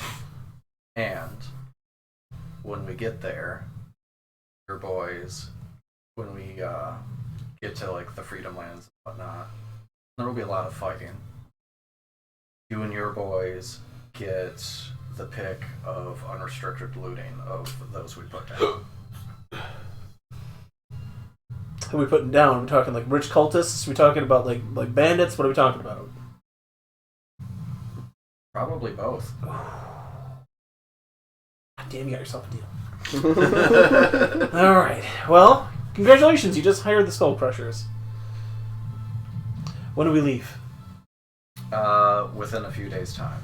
Alright. I'll have Linnaeus give her the logistics, like, how many troops we've got, like what kind of outfit we're provided for. She kind of as you're walking out of the building, she's like, don't leave me with these people. Well, I mean, I'll be there too, okay. But it's like, she knows this stuff better. As you kind of walking down the stairs, everybody kind of hushes down again. And Varaka puts up her hand and she says, "Boys, we just got hired." And it's, yeah, wow. And, somebody breaks a chair over somebody else's head, and, just shit starts going kind of a little bit crazy. And the fighting and the drinking lasts up into the night as you guys kind of draw your logistics. And you've officially hired the Siegebreaker and its crew of about 40 people. The boys. The boys are back in town. I will say Linnaeus Putting on the leather, so the boys are back, gives back in town. the sort of the treaty is that it's sort of a don't fuck with us, we won't fuck with you policy. Damn drum. Where if the Skull Crushers fuck with the Angelpinus, Balak Legion, the Dune Vipers, the alliance is off. They are done. They lose the money. That's it. And Varaka's seems a bit steep, but fine, okay. So. And after all this is done and we leave, I'll point out to Linnaeus that obviously there's only about 40 of them. If they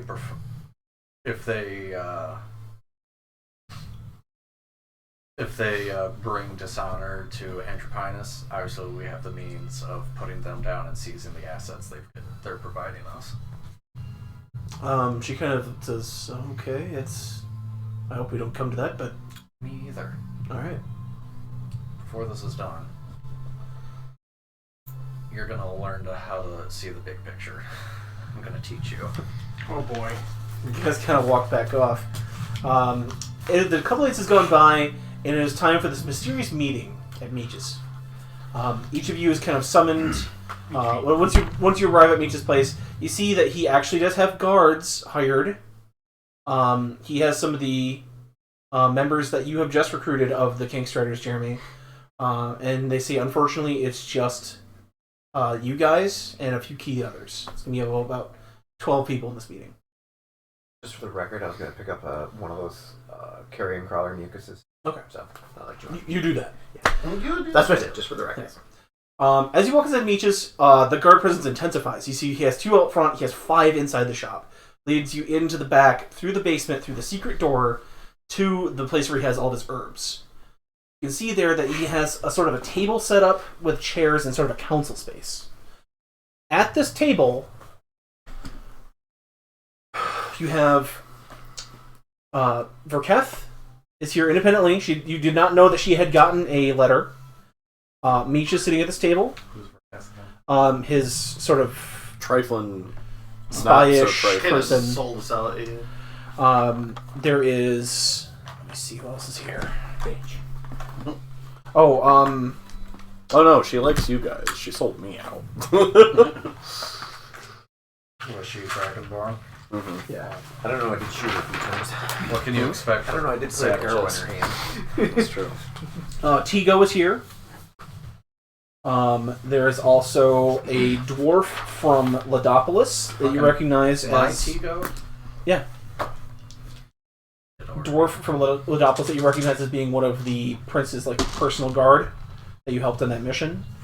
There is also a Windstrider elf from the Argus's band of traders. Not Argus himself, but he is wearing the regalia, sitting at this table, and the other 6 spots are for you and Meech. You each pull up a chair to the table, and after the bells sound from the nearby arena, says, "Well, I brought you all here under certain circumstances. Now, it's been brought to my attention that some of us in this council would like to see a certain end to a certain reign. Word has gotten out across Balak that the actions of Andropinus have maybe brought the wrath of the other sorcerer kings upon our heads. This cannot be. Balak is better than the drives of one man. That being said, I offer you all an alliance. I, of course, representing the Veiled Alliance, my colleague Tigo here, the Black Syndicate, the Windrider clan, the independent trading clans of the Elves. Verketh has offered her services in tracking and in espionage, trained under the tutelage of the Red Lash, and, of course, the Heroes of Balak. Now, this is something I realize is going to be a bit dangerous, so I brought you here to my sanctum here. You notice that there are runes carved along the walls. I have ensured that none may listen, none may see this meeting. You can consider this a safe meeting space for us for the time being. Unless wind gets caught of my true allegiance, and this place begins a liability. Do I have the agreement of all present that this alliance of ours could be a benefit to all of us? Here, here. Mm-hmm. Tigo kind of says, I could give or take Andropinus, but his actions would lead to loss of profits among the Black Syndicate. His death would be considerably profitable for all of us. The Windrider clan representative says, Balak's growing aggression against the clans of the outlying areas does pose a threat to free trade in the area. Argos will lend his support. according to the hero's wisdom, of course, he offers his aid to any foreseeable outcome that could see a freer, more level-headed Balak. Verkat sort of stands up and says, I don't have much to offer in the way of resources, but I still have my Red Lash training. I can track, I can spy. Oh, and the other spot there was for Talsir. Talsir's also here. But I can give help in that regard. I can train some folks to spy for you and track some people down if you need that done. Talsir stands like, of course, I am in the employ of a good Mr. Malagaz here. I am also a member of the Bard Syndicate, sharers of secrets and stories across all of Athos. And I find our considerable resources can be put to bear against this particular problem. Unlike Balak, I get a lot of money when I play here, and I don't want to see it turned into a pile of ash by a bunch of Sorcerer Kings, so you have my support.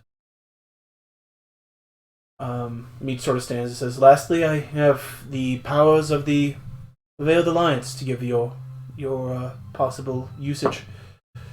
And our magic and sorcery could be a match for the Templar's might if used correctly.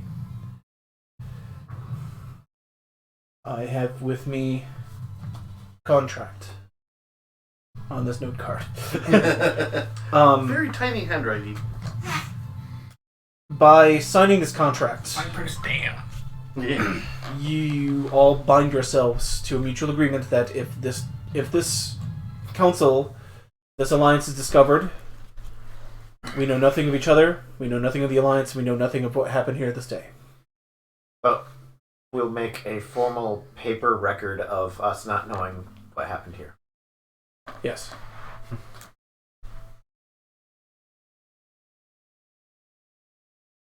You out now. Out. You asked too many questions. You're out. They're like, you're the thinker? I didn't think you were the thinker. Food for thought. Like food. He's like, oh, food. Just think of it as a official agreement to our partnership. It's more like a declaration of war. An official record of who to track down once we... What if somebody finds the record? I have my means.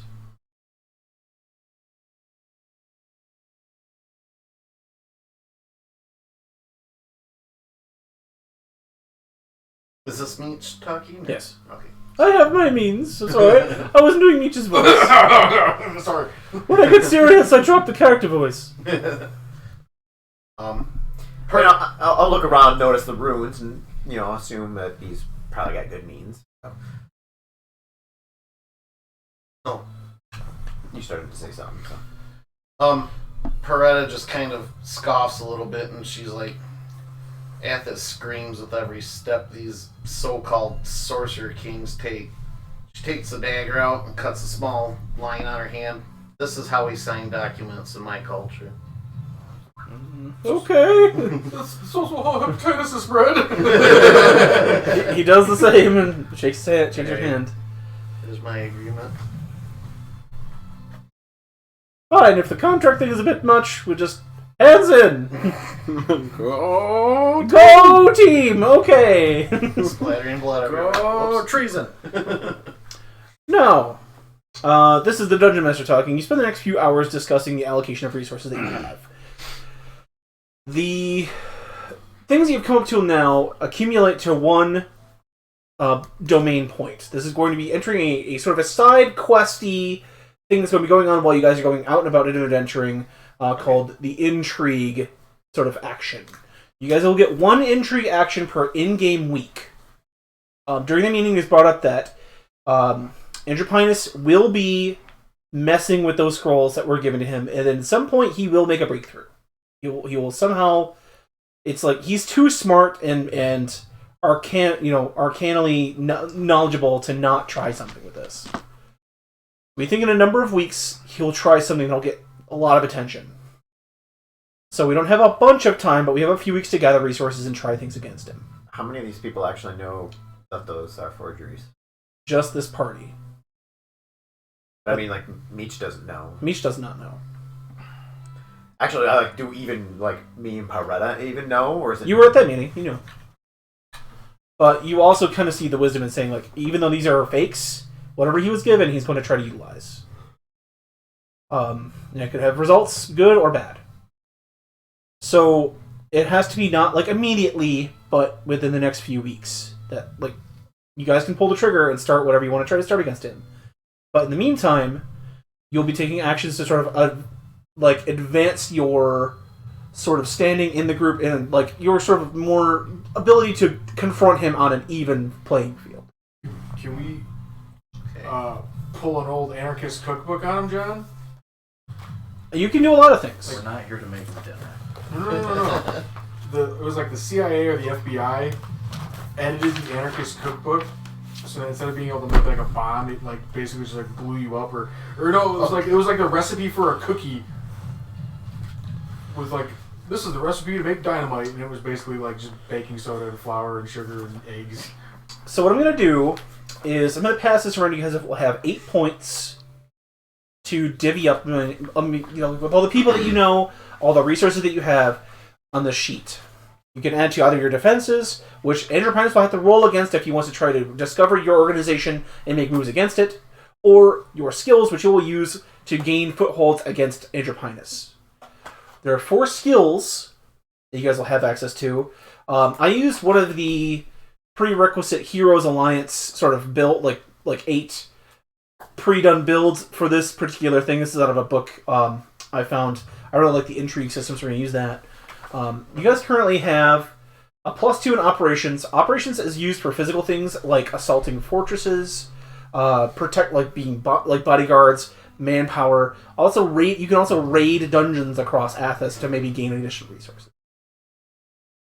You guys have a +3 or +1 in lore, which is your ability to find secrets either both on the arcane level, like Athasian secrets of like maybe something that will be helpful to you, or even secrets that might even undermine Andrew Pinus' power overall. There is espionage, which you guys have a 0 in. You don't have a lot of spies right now.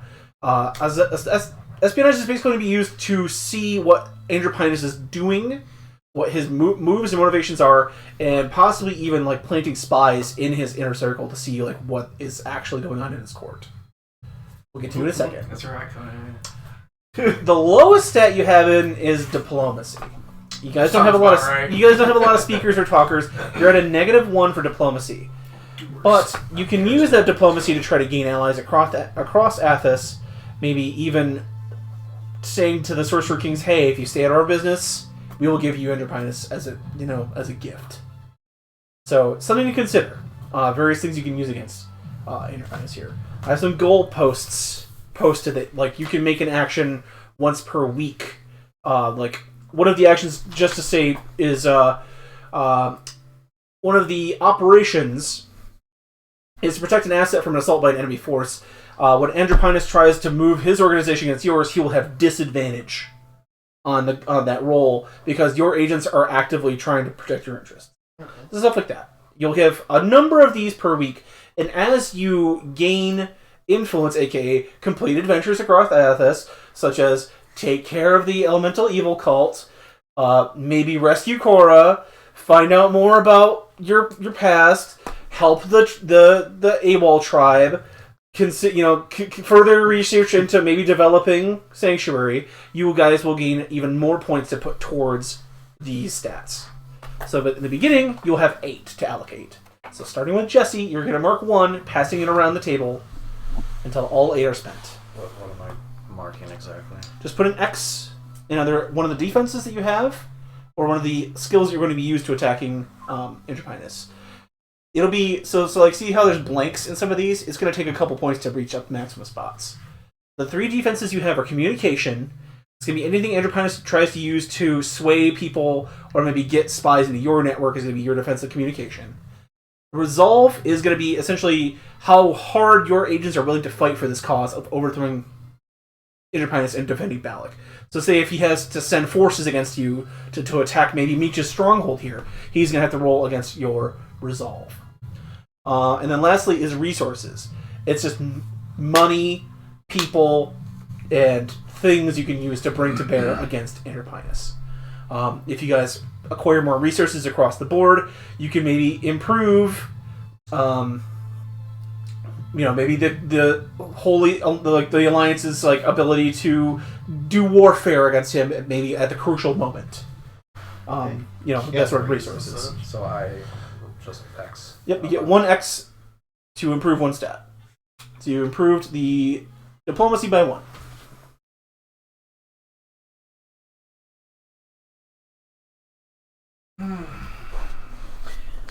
What has been the halfling, or even maybe just Clan AWOL's stance in this whole thing in the world? Would they have, if we went there and told, hey, we're trying to overthrow the king in Balak, are they going to be like, that's way down there, what do we care? Or is there... It could be. But you could also maybe gain some allies in your personal cause. Is there some feeling of the halflings that they're the ones that need to protect the forests that are left? I mean, that is certainly a way of looking at things, too. Okay. I'm just trying to get an idea what I would know, what the attitude is. Well, right now, Clan AWOL is up against up against the wall. Their food's running out. The tree is dying. Something needs to be done. And that maybe providing this alliance could provide not only Hanko Village, but the AWOL clan as an entire people, help. So an X in any one of these? Yep.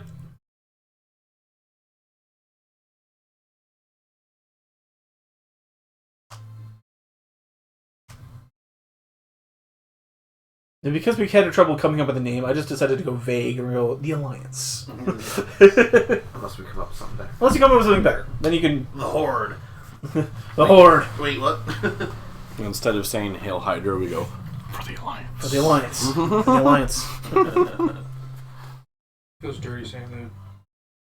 It should. Have you come to see my father? The king. So it's any of the box categories? Yep, any of the box categories. I was a dirty bastard. I played both sides. Mm-hmm. Bastard didn't play it.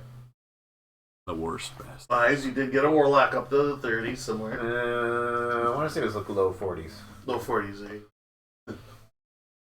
Every time you guys will complete a major milestone in your adventures, you'll get another 8 points. In your power die, you see how they have that power die on the side? Each of you is going to have access to that power die. Now, you can use it in combat if you'd like to, basically as an inspiration. You can add to any 1d20 roll once per week, essentially. Okay. That's going to be basically you pulling your influence to, kind of gain an advantage on the situation. Now, also, in addition to that, Meech, on all of your other followers realize that they are not the ones that are going to be leading this alliance. They look to the heroes of Balak for more direct inspiration and command.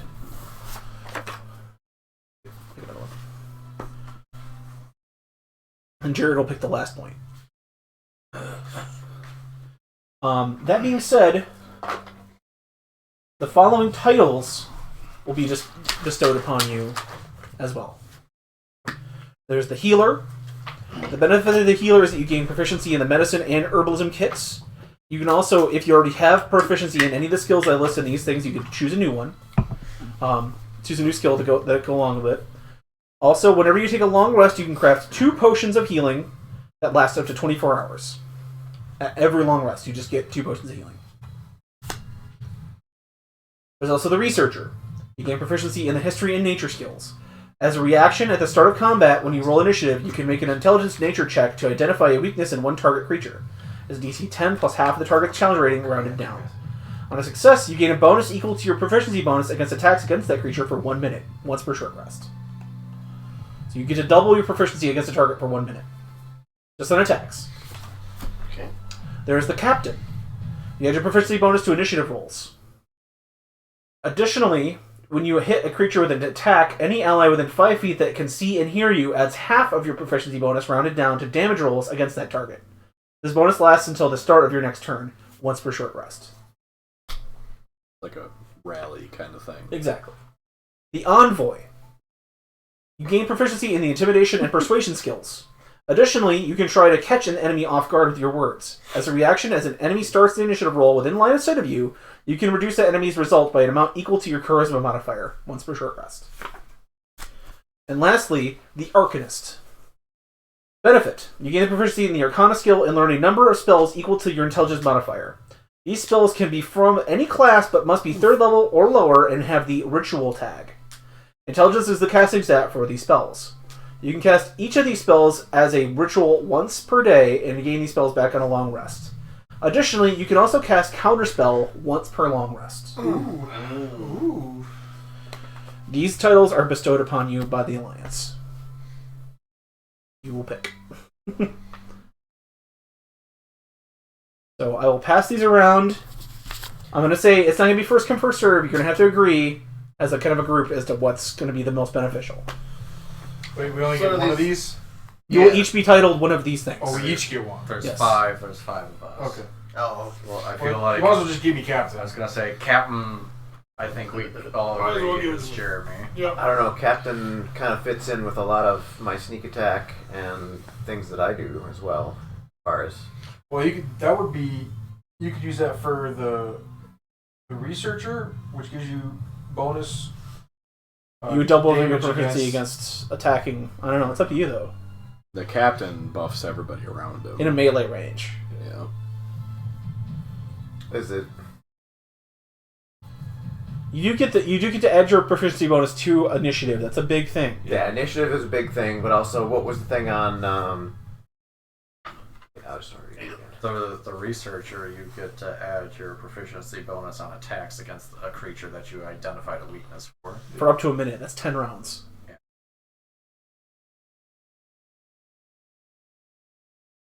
Maybe combined with like sneak attack damage, that is. you go, Jeff. Mm-hmm. I have to see that one again. But I mean, even then, like, because my sneak attack, Going all out I in have to have espionage. Okay. either I have to have Sneaky advantage first. on the roll to get the sneak attack damage, or I gotta have an ally within 5 feet of them. And any ally within 5 feet that you Well, can I see. I believe it's an ally or an enemy within 5 feet of the target For what? for sneak attack. Gotta be an ally within. It's got to be an ally. Yeah, Yeah. it's gotta be an ally. But I'm just saying with this, any ally within 5 feet that can see and hear you. I suppose see and hear me. That would be the trickier spot. Yeah, because you'd have to give out the command essentially. Yeah. Whereas this, you just identify a weakness in them and you add your proficiency bonus to damage rolls for 10 rounds. Yeah, that doesn't sound bad either. I was gonna say that's like a hunter thing. Yeah, It's it's like a hunter's mark, basically. Yeah. Well, read it. Weep. I think researchers. more Read it and popular. weep. Read it, you creep. Read it and weep, you creep. I always love that. My Python, like, follow the tall tower, you creep. Yeah. Oh, you creep.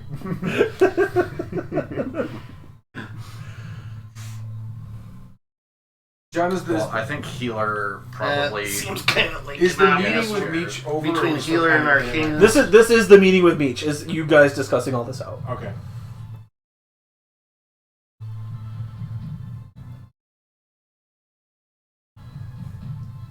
This is the logistics session before we pick a first thing to do and go to do it. Micah, are you proficient in what was it? Intimidation or persuasion at all? I have persuasion.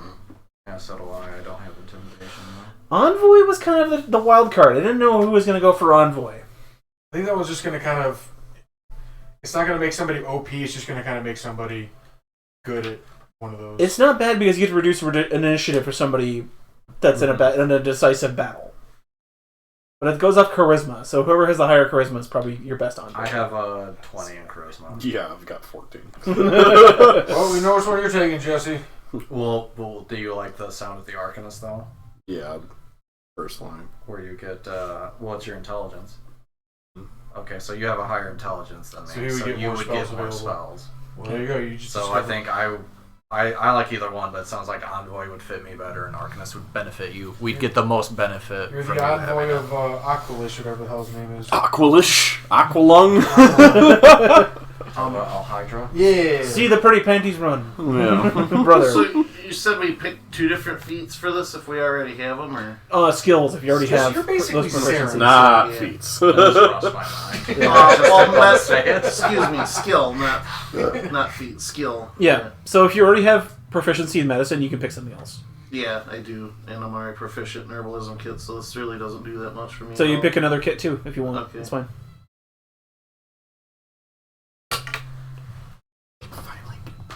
Perception. Yeah. Because I already have Arcana, so. I can see things. I know. John, I'm the stealthy hunter. What My happens perception's if I only already have +2. persuasion? Yeah, You can pick a different skill. Micah, basically, you just got Does it have to glasses. be You can charisma? finally see clearly. I just- Basically, wow, you're you can utilizing the resources of the Finally, alliance to finally get improve your eye surgery. yourself You in don't the have circle. I can see. Was it with I intimidation? can fight. Oh, yeah, like the glare. Yeah. And if you want to I feel annotate like on the card what skill you're This is taking going to be a callback. I as a feel like bonus in from Bug's that, Life, right? that would probably be a good idea. Before the movie, the short of like the old man playing Yeah. chess against himself, when he puts on his glasses, he's like, that's Malaga's now being able to see everything. Honestly, I think I'm gonna go with Help potion. deception. Not much for me. Yeah, that fits for you. Were you expecting a better title coming into tonight? Yeah. So I have my proficiency. Everybody's getting really good. Well, I mean, Jared, you get to pick different proficiencies if you want. You could pick land vehicles and be able to fucking sail the ships if you'd like. Yeah, literally any skill that doesn't have to make sense. Yeah. I like all the 10s.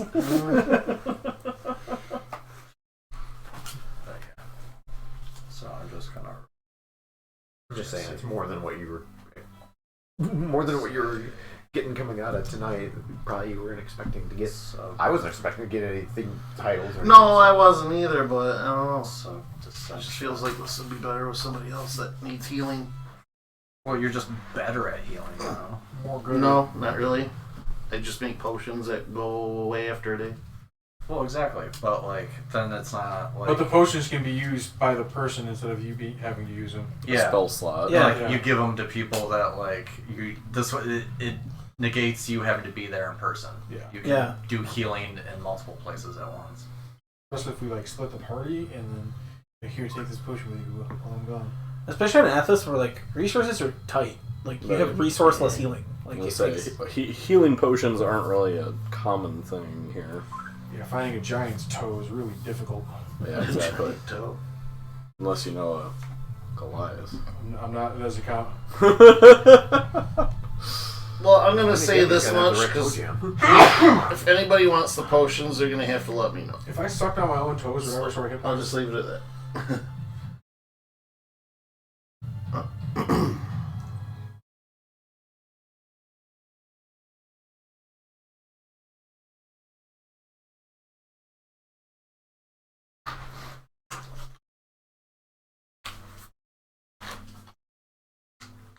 Any other questions? As everybody leaves, once everything's done, I'm just gonna hang out and I want to talk to Meech alone. Okay. But I'll have everybody. The dad of secrets all of a sudden. Yeah, man. Private Say affairs. as a I have reaction, been set up, awoken like, to a mysteries and full section secrets. by It's, Mhm. when it's not your Sauce turn, it skills. takes up your action. So if like you had later on in that turn the ability to make like an opportunity attack, you couldn't take that opportunity.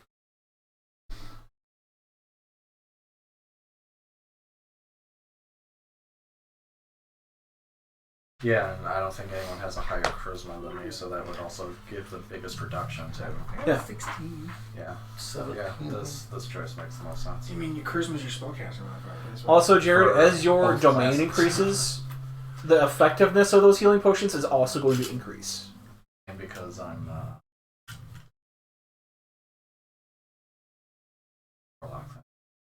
I gotta make intelligence check. Eldritch Hexblade? Knight. Bonus damage? Yeah, because I'm Hexblade. I use Charisma as my attacking modifier instead of Strength. It's a straight up roll for me. So literally... Any other questions as far as like the intrigue system, defenses, anything like that? Okay. Was I the only person who put anything in the lore? I wasn't really sure what lore did. Lore kind of lets you discover secrets about both your enemy and Athos.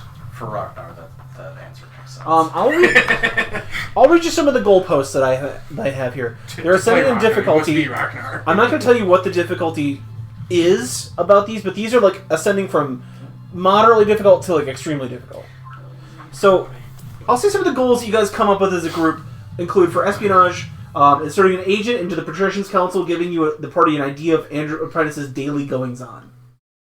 The next difficult one would be planting an agent inside the Templars.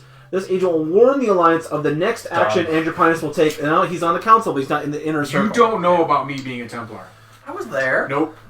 But this agent will warn the Alliance of the next action Arcanist will take in the coming turn. But we all were there. Yeah, we were in the same room. Yeah. It wasn't made public that I'm a Templar. You were there when you requested To it. them. We were all there when he said, I will make you a Templar. Yeah. Jesse, I'm retconning it a little bit. No, you're not. You're not on this secret agenda that Jesse always has. You don't get to steal I his want to bit. have secret fun too. This is my shtick. Okay. Here's an angle. You think Snafu gives a shit whether you're a Templar or not? The party knows because they were fully there. Understand what a But Templar nobody else is. I'll say nobody else but the party and Arcanist knows. Right. Fine. But I'm not going to let my actions be known that It's cold, and that's totally your request. That's you know fine. I'm a Templar, but you know what I'm doing. Exactly. You don't know what I'm doing because you weren't here one day. You don't know my agenda. The top tier My apprentice. difficulty thing to do in espionage is to install a magical storing device in Arcanist's chambers, allowing Alliance to directly observe him. Yeah. So that's like a magical nanny cam in his personal chambers. Operations include raid a ballot guard post, disabling it for the ballots ahead. You would gain advantage on the next intrigue roll.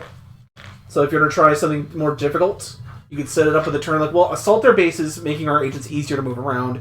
The next turn, maybe go for something bigger. Protect an asset from an assault by enemy forces. The enemy would have disadvantage on their next roll, so if you know Arcanist is like building up, next round he's going to attack you directly and try to reduce one of your skill points. Like, shit, no, give him disadvantage. Disadvantage on that. Assault a ruin or dungeon on Athos for treasure and resources. That's the most difficult thing operations can do, but it raises the defense of your choice by 2. Lore. Research the best ways to assault the palace secretly and effectively. This would give you a bonus to the Alliance on the day of the assault. I'm not going to say what that bonus is, but it would give you a bonus of some kind. An edge. Lore 2 is discover an ancient secret that will give the heroes an edge in the battle ahead. Players can choose to improve one aspect of their forces. So the forces are going to have like defense, attack power, speed, with that. You'll be able to improve them by 1. And I will give you these guys stats. I read the intrigue chapters. I skimmed the warfare. I know how the warfare works, but we'll get into the warfare later when that comes into play. And that won't come into play until you guys actually decide to pull the trigger on the attack. 30. A massive breakthrough gives the party vital clues to Andropinus' plans. I will reveal the secret special abilities of Andropinus to you. That he will have access to during the coming battle. So that is a significant lore reward that you can work towards. You can kind of plan around what he's going to be able to do against you. Diplomacy. Convince the populace to look the other way at Alliance activities. Lower the DC of the next roll by 5. That's the easiest one to do for diplomacy. Recruit an outside party to conduct raids on Arcanist' holdings. Take 2 intrigue actions next turn. So you'll be able to do 2 things by hiring outside resources to assault them on 2 fronts. And the most powerful thing is, appeal to the Sorcerer Kings of Athos to spare Balak if the head of Arcanist is presented to them. That is going to come into play if shit goes south in certain ways. Oh, I don't think that would fully work. Even if Arcanist was gone, they'd all look at Balak as, prime for the taking. That's why it's difficult. That's Well, why if it's anything, difficult to convince them to not do anything. if anything, they'd start fighting each other for the claim of the throne of Valak. Who knows? Just saying. You guys can also do other things if it's within reason. Like if we come up with our own idea. Exactly. It's going to be. I'll give it a DC. That'll be your action using that resource for this particular week's action. That being said, Andrew Pinus is also going to pick his first action against you because now he is. Well, no. I'll say that you guys will get a week ahead, like a head start on him because he's too busy researching this shit. That's going to be his action.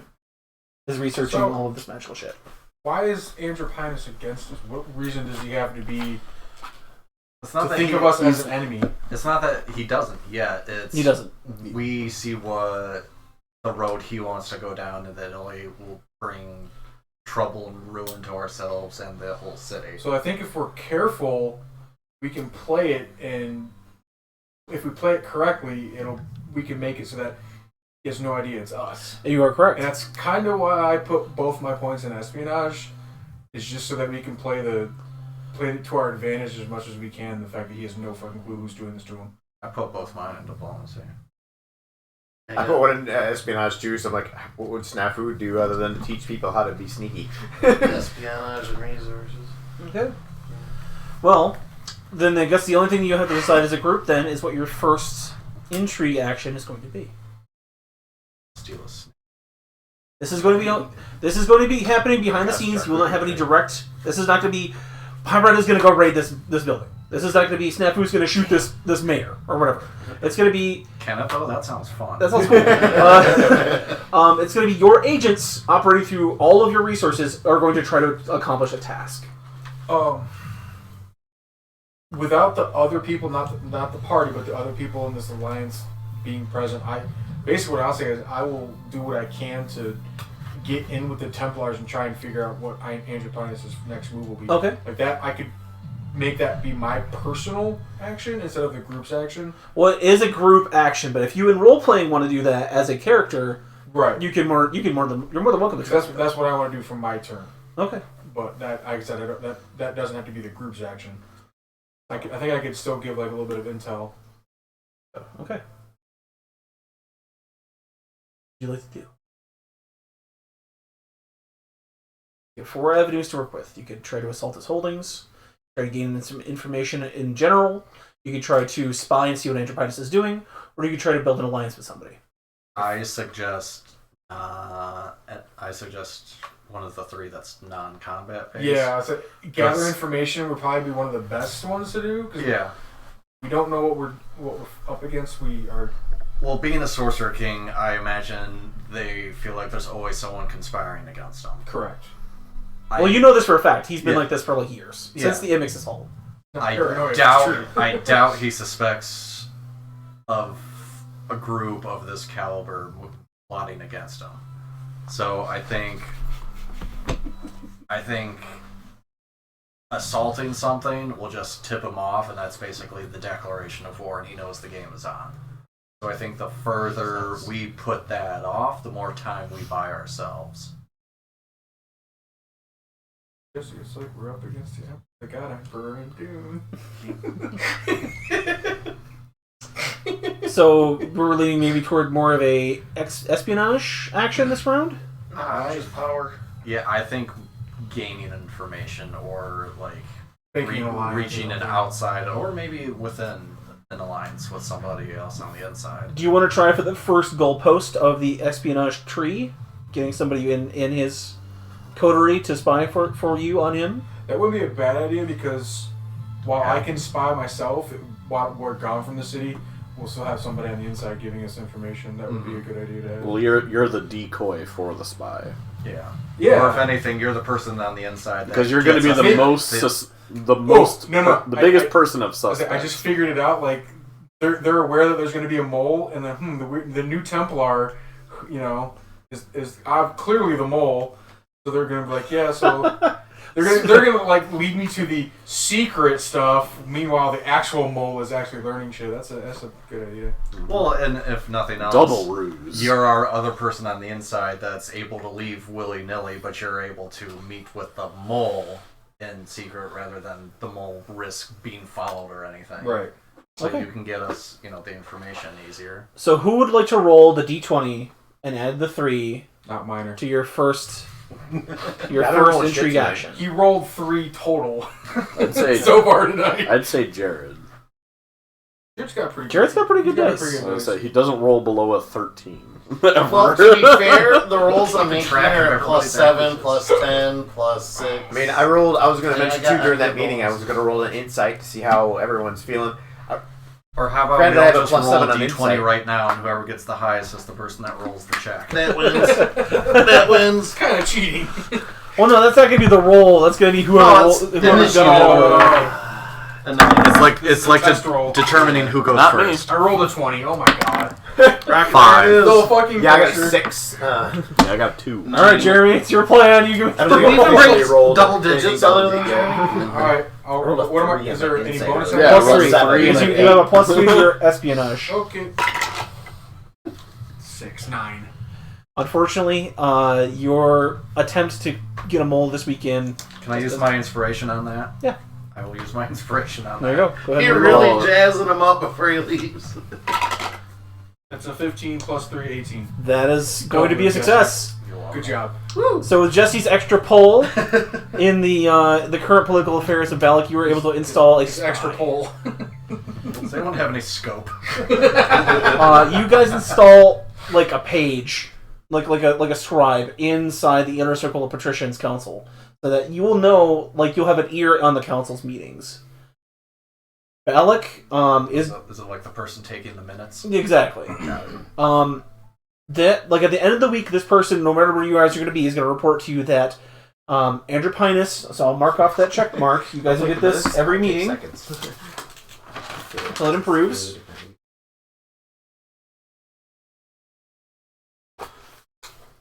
Andrew Pinus is at this moment unaware that anybody's moving against him. He is making plans for war, and he is essentially preparing himself to purge, any outside sources, because he knows that there are spies around every corner, quote unquote, in his mind.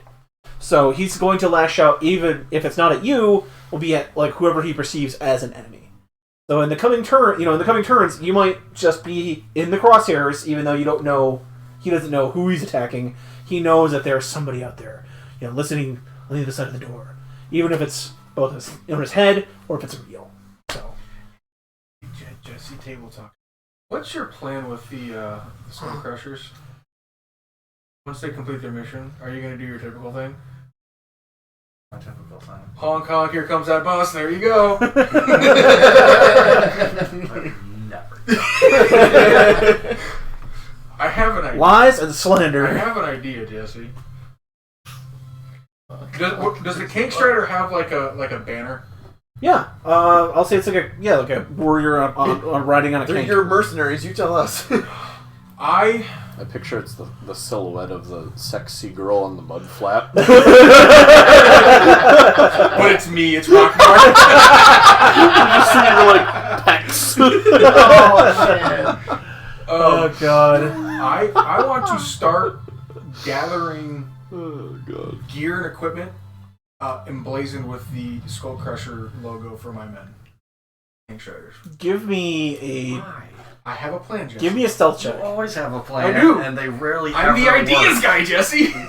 I'm the guy in the chair. You said stealth gun? Yes. 5-7.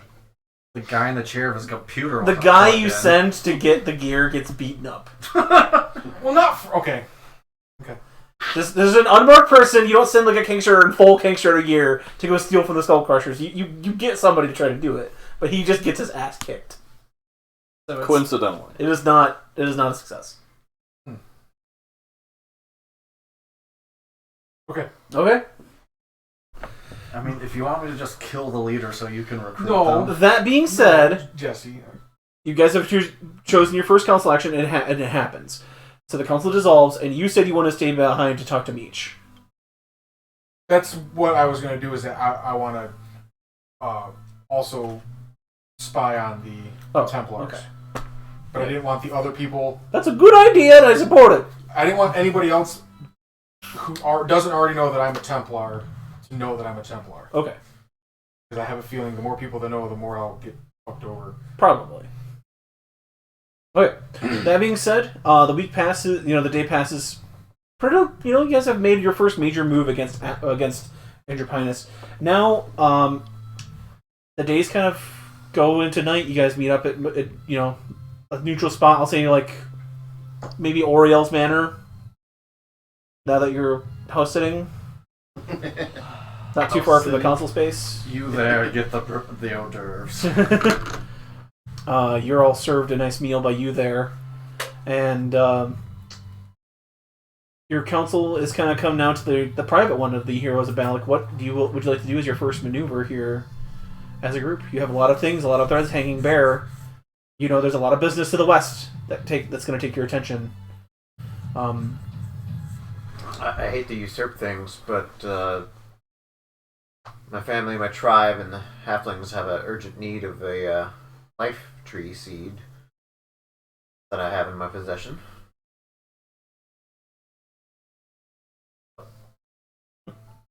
There's no mail service here on that. Well, then make one. Then mail it. Beretta stands behind Stanfu.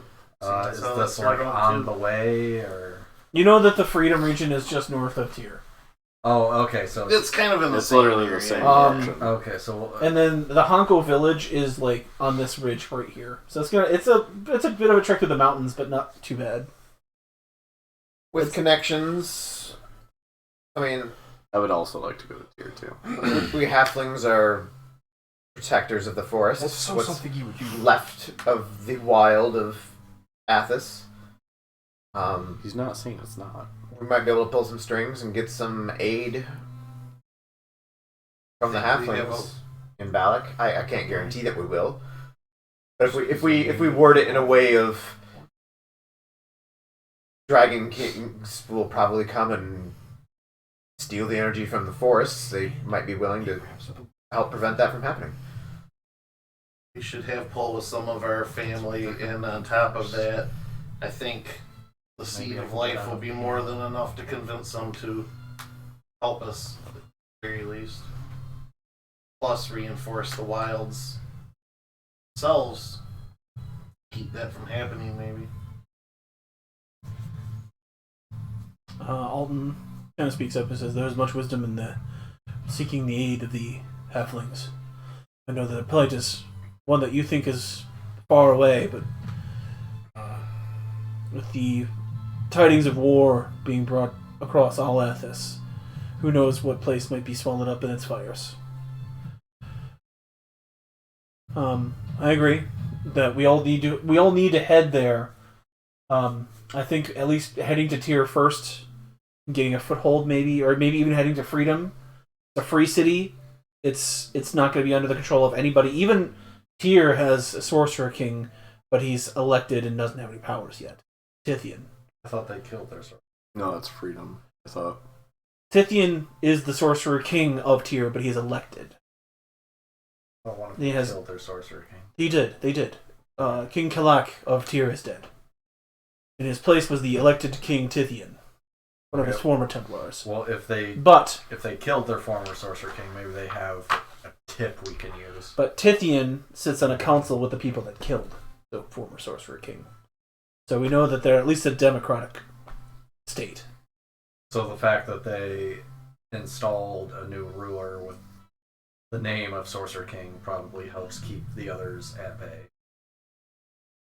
Either way, I think Tyr or Freedom would be a good idea. We need to set up a base of some kind in that region if we're going to keep operating out of there. Where's the starting island? Sanctuary? Sanctuary is close enough to Balak. It's like just on this side of the dragon's plate. So to get to Balak within probably a couple days. That'd be a good. I mean, it's a stronghold that you guys have in your possession. Yeah. It's in the wrong direction. It is. It's more like your secret hideaway because nobody knows about Sanctuary except for the crew here. Yeah.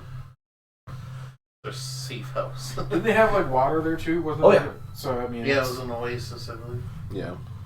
it would be a horrible idea for. Right now, you know that the Dragonborn that you freed from that. I can't remember the name of the city. Guisnol? Guisenol, yeah. Mm-hmm. It was the Lava City, though, that tribe. And like most of the members of the Guisenol, the second generation from Guisenol, are settling there and actually building it into an actual settlement. So it's going to have places to, utilize, like blacksmiths and, But they're craftsmen. They're a lot allegiance with us. Yeah. So, did we ever figure out what happened to that portal that fire giant ran through afterwards? You guys know you guys left it in Guisenol under the...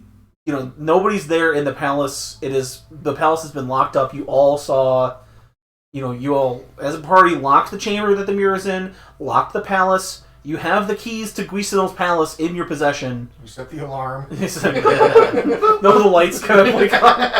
We put the little ADT sign out front. You guys put the club on the fucking front door. And so you know where it is. You know that nobody else knows of its location. And it's secret and it's safe. You decided not to transport it out of the city with you. Could be a potential source of resources or allies. That's true. Or an escape.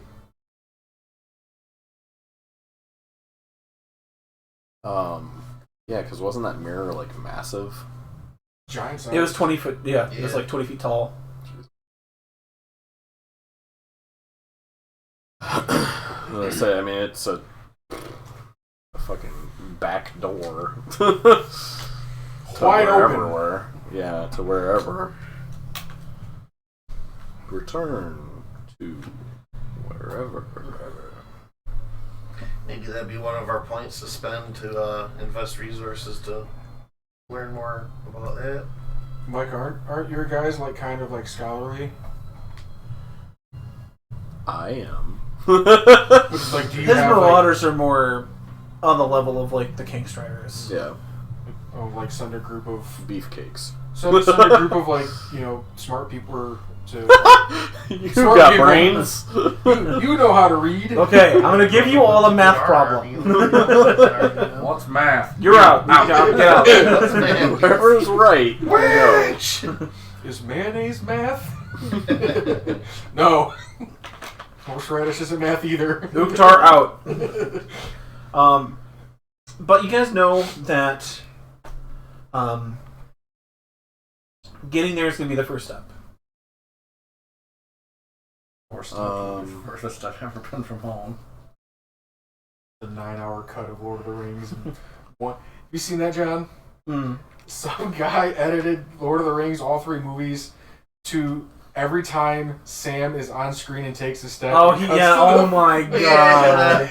The first movie's like 9 hours long. Good lord. What is it? Every time Sam takes a step, He says a line like, "This is it. This next step will be the furthest I've been away from the Shire." Every single fucking It cuts time. back to that part. Yes. Like if he's running, it's like a 10-minute One sequence. It's fucking hilarious. Is that on YouTube? Yes, all 3 of them are. I need to send that The guy I to read it people. posted, he was like, "This took a week to compile." Sure. Wow. Jesus. so much diligence in a task like that. Like attention to detail. Like, So I tell you what. Why don't we take like a break? We'll take like a 5-minute break. Okay. Because I have to use the bathroom anyway. And we'll come back. We'll decide what we're like, kind of where we want to go and how we want to get there. But yeah, just kind of think about things, mill about things. Like I said, I had to use the bathroom anyway. So. Okay. Hang tight, folks. We'll be back in about 5 minutes.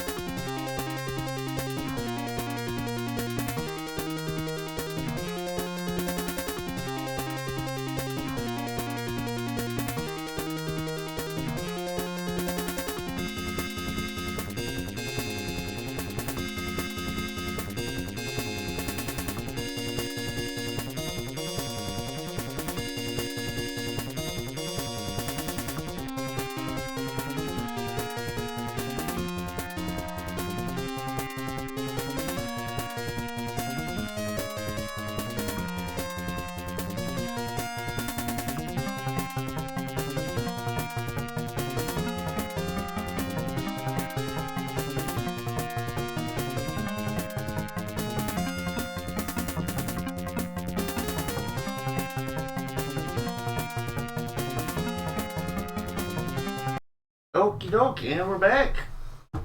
Alright. So, as you all players will notice, I have just spread out a map of Atlas up on the table.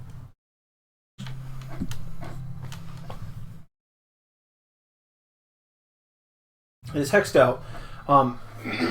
The next day passes. You guys kind of realize you at least have to head west.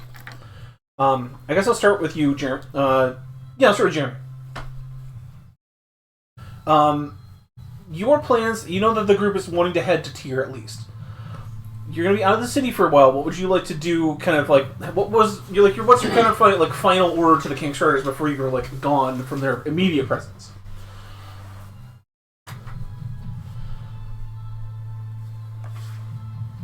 Continue with business as normal. Don't make anything. Don't make it seem like we've changed our trajectory. Don't ride the boat. And then just maybe start sending runners out to other larger settlements. Okay. To see Send if the there track stars. see if there are any able-bodied people who would be willing to join. Maybe even other mercenary groups. Okay. We'll communicate by he has some trained falcons. The general does. And he says, lad, if you're out in the field, I'll send you a message if it's urgent enough. But I know you and your party have work to do. Good luck. And I'll try not to stick our nose up too far. So,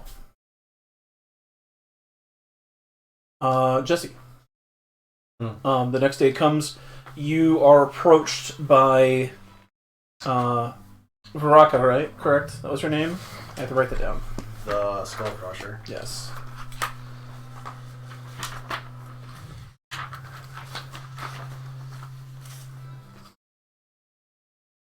And Linnaeus.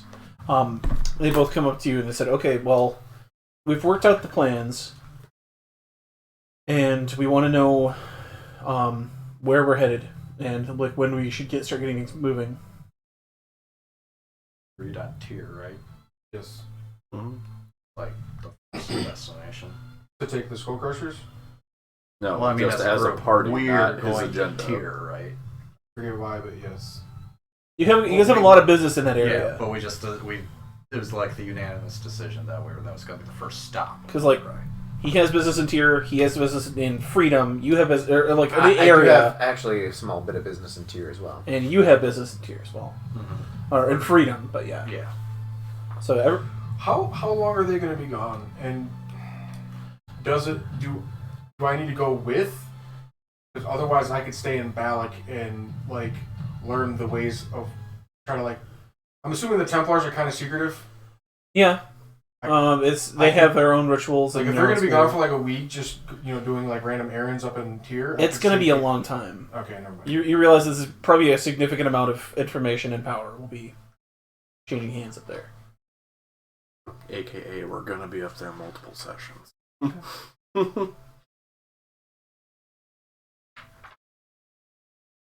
don't think I have anything up there to go with. You also realize that,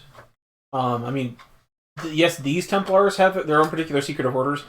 There are other Templars, even in Tyr, there are Templars that maybe even are out of work that could give you additional secrets and additional tricks and tips. So, there's still ways to research your warlock abilities up there as well. Okay, so we'll plot our route along the land. Are you going to be riding with us, or are we going to meet you at Tyr? Because I know we know you have additional, members of your party that you like to travel with, just when you to Guisno. I was planning on riding with my troops. Okay, so that'll work. I just need to know what to relay to the party. Okay. So that is at least said that you're going to be starting out on the road. Mm-hmm. I guess I'll then go to you, Micah. You get a missive from Kiliani, Anatar, or whatever his name is now, that he's going to be leaving on the road with the mobile fort, the Siegebreaker, in the coming days. And you're kind of on the fence whether you want to buy this longboat, or if you want to try something else, but it's up to you. I doubt he's gonna give me the Decimator. So Just take it for a spin. Yeah, test drive, right? I'm here to buy something. I can test drive that. Bucket decimator, like 100 barrels of boom juice, Yeah. Well,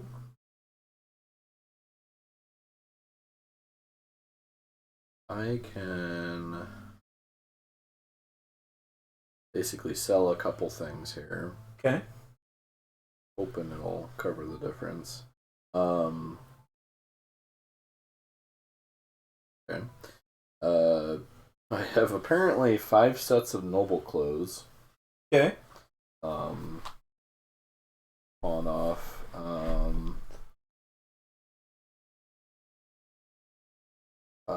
2 + 1 Athasian maces. Okay.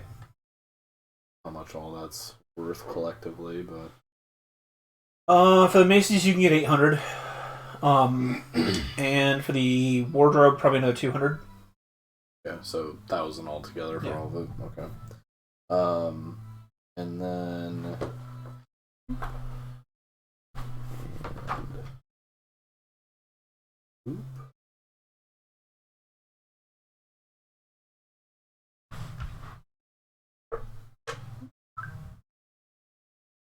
I also have a rusty longsword. Is that worth anything? It's like 80 gold Probably because it's metal. worth- Oh, okay.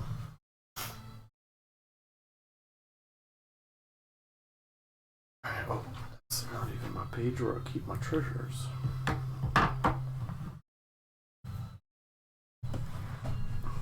Let's see.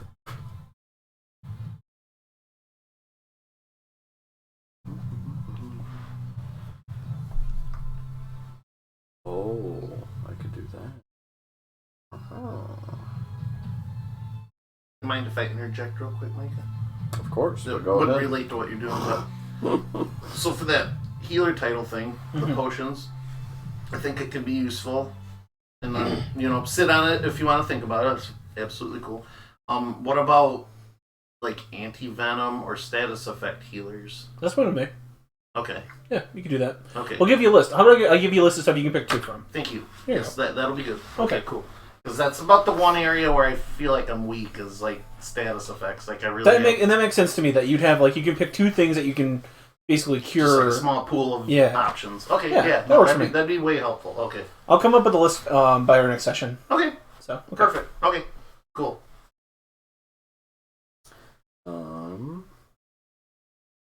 What about that ancient map that we found? Sanctuary. Give me an insight test. I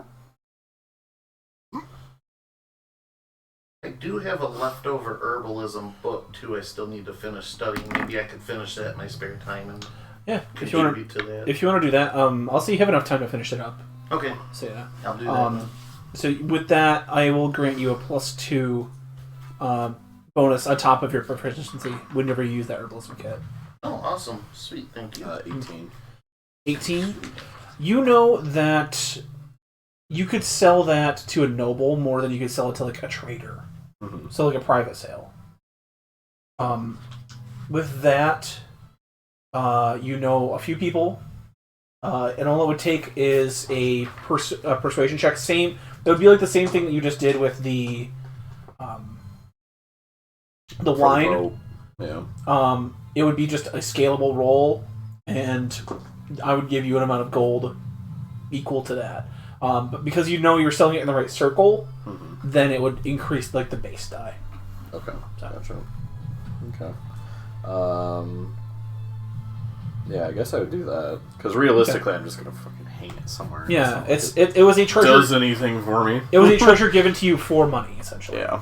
So, but yeah, I guess I'll do that too because I do want to try and acquisition a boat. Okay. With as much resources as I can get because I'm a greedy Gus like that. It's all good. Go ahead and give me a diplomacy then, or a persuasion. Excuse me. 15.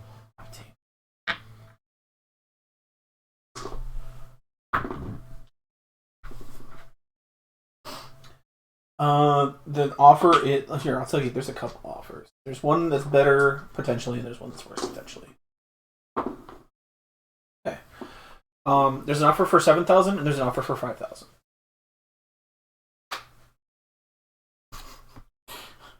That was like the range. Okay. I was like, so what incentive do I have? Is Not really. It's just the 5,000 guy. Yeah. Like we're best buds. 7,000 is about the best you're gonna get. Okay. Yeah, I definitely do 7,000. Okay. I rolled a d12 against a d10, so that's what it was. Oh, okay, gotcha. But yeah, so you're able to get 7,000 for that ancient map. Okay. And then the boat was 20,000. 20,000. If you want to add the speed engine on there, it'd be another 2,500. Okay, and then the barrels were 1,500 for 10. No, it'd be 1,500 for 5. 3,000. It would be 3,000 for 10. But like so, Okay. it would equal out. But either way, he'd only give 10 10 at max. a time. Yep. Um, He has 30 in existence right now, and he will be selling a third of his stock. Gotcha. Dang. And then the shields. Deployable shield, I believe, was 1,500. Okay, so 1,500, 3,000, we're at 4,500. Yep. Plus another 3,000 if I want 10. Yes. Okay, so that would be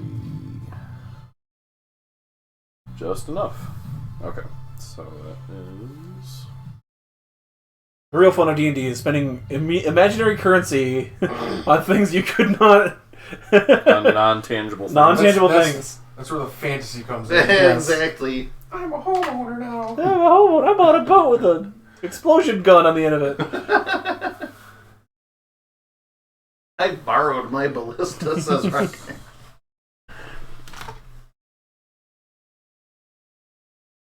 Bump up the tripod.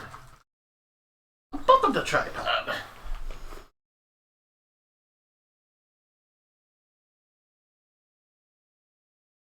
Just bought another house. If you want, Jared, change that title from the healer to the alchemist. Okay. Because it's more of to me, that's more of an alchemy. type Kind of, deal. yeah, it really is. Yeah. So The you'd be the herbalism kits and stuff. yeah. Yeah, sweet. Okay. He kind of says, "I'll get the boat ready by tomorrow," and he kind of shows you the boat. It's like a long wooden structure. It's got two levels to under levels to it, like a keel, bilge. They call it like the bottom part, then like the furthest down in the water. It'll be the sand. However, this time, you see the tracks that he's laid out for the flotation for the throne.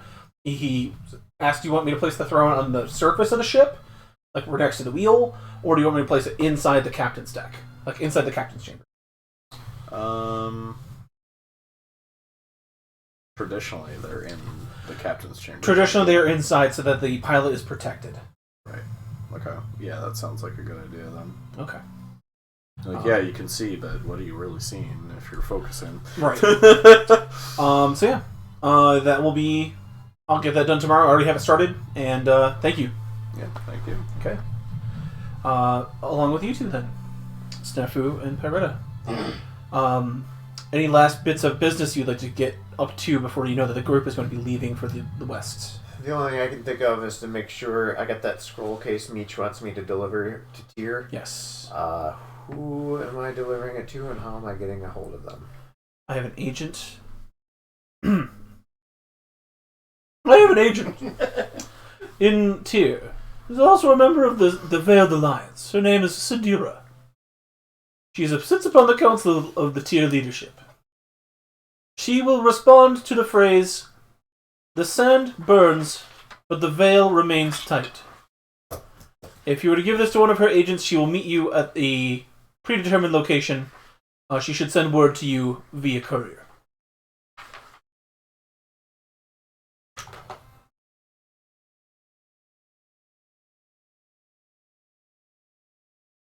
Suddenly can't write. Okay.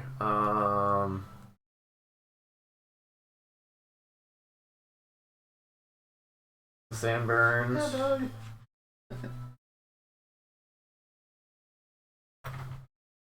What was the rest of it? The sand burns. But the veil remains tight. Okay.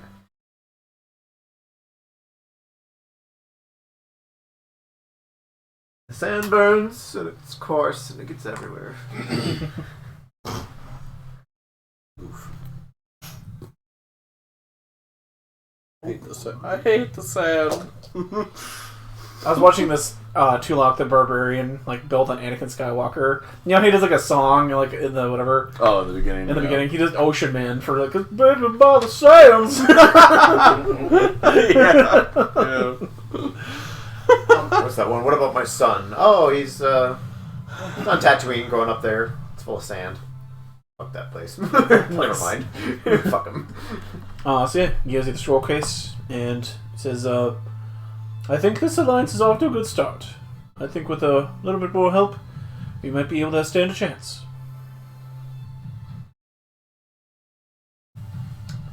And lastly, Pyrita.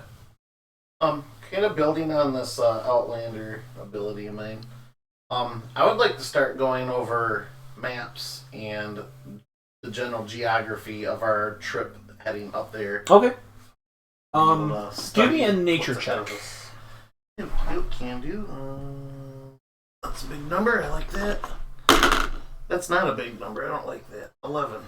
Even with an 11, kind of walking through the route, if you're taking the... If you guys are going to be riding on the barge, which would be roughly as fast as the sand... As the Siegebreaker. Now that you have that speed mod attached, you would have been a little bit slower, like catching up. But you'll be headed to Leto once again. Essentially, the trip should be the same. So, Ledopolis, you know that there's the tribe of dwarves and stone giants here. I think it was the Thunderstone tribe you guys had befriended. Thunder Rock. The Thunder Rock tribe. Which is yes. also It's like close. Which is also who Andrew Pinus has kind of declared war on. Yes, the dwarves themselves. He has also declared war against them, but not sent any forces out. You know that there will be forces being deployed within the coming weeks. So unfortunately, the dwarves of Ledopolis might face the guns, or the the ballistas of the Decimator soon. So going through Leto, it's going to be essentially the same way. There's Graxpool, where you met the tribe of Three Kreen that is keeping Jeremy's acquaintance kind of suspended in animation nearby. Then Altaruk, where you left the Dwarven children at the trading post there. But instead of heading north, like you did before, to Gulg, you'll keep west, heading through the great alluvial sand wastes, where you know that there are very peculiar types of flora and fauna.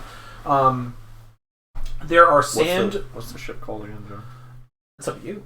Well, I mean, like, the type of ship. Oh, longboat. Longboat.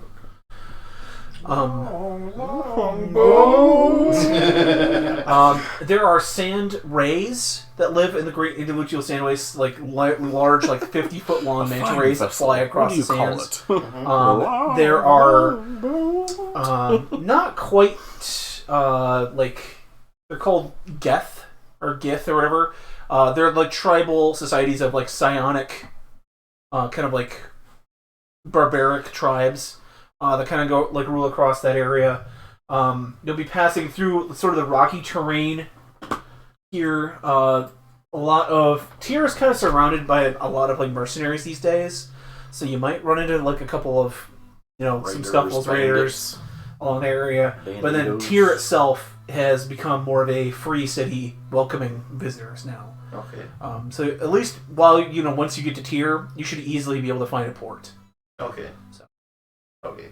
I'm to ensure our safety a little bit as we go. You know that the hardest part of getting across is going to be the Great Andaluvial Sand Wastes. That's going to be a rough journey. Even though you're going to be on the trail, it's going to be hard navigating. Yeah. Just open sands. Kind of like Gloam. Yeah. What would you call the shield thingies? Wood. Fan shields, maybe. Fan shields. Okay.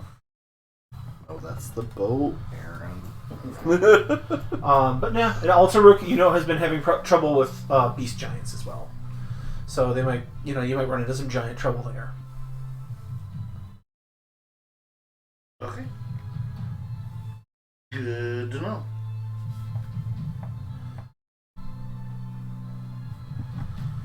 Also, while you're sort of at the estate of Malagaz, an official scribe comes to you from Indropinus' personal, I don't say like Templars, but like more like his researchers and like his sort of like scholars. Get out. You're handed a scroll assigned from you to you personally from Indropinus. As you open it, it reads, "I've used my resources, considerable though they may be, to reach out to a few contacts across Athos. No one has seen anyone of the man's description of which that you have shared with me. However, we do know that the green comet in its certain trajectory must have landed near Urdraxa, the lands of the dragon. If this is the case, he is most likely dead. Nothing survives that waste." Urdraxa?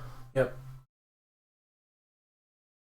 It gives you, like, if it was Morrowind, that's another gold keyword for you to research into Urdraxa. I'm putting several lines underneath it. There you go. Okay, I will thank them for their time and... He bows and leaves you to your business. Okay. So we then come to the next day. Everybody's kind of taking their last bits of business in the city. You're gathered both on the outside, like the outskirts of the city, and near the docks of Balak. Who is going on what transport? You guys are going to be traveling roughly at the same speed, but in different conveyances.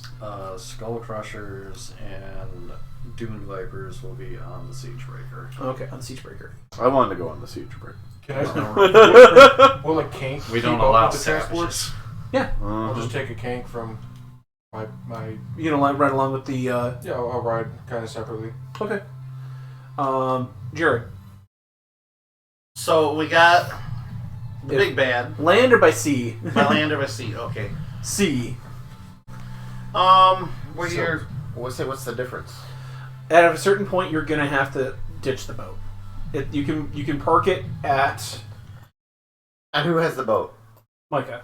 You can park it at Altaruk because you know there's a dock there. That's where you forwarded it over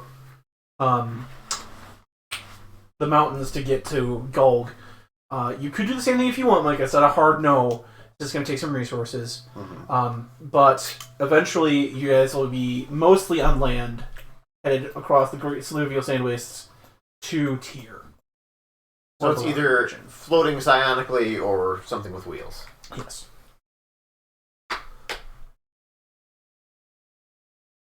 Got the better cook. Probably wherever you go. Yeah, you are the cook.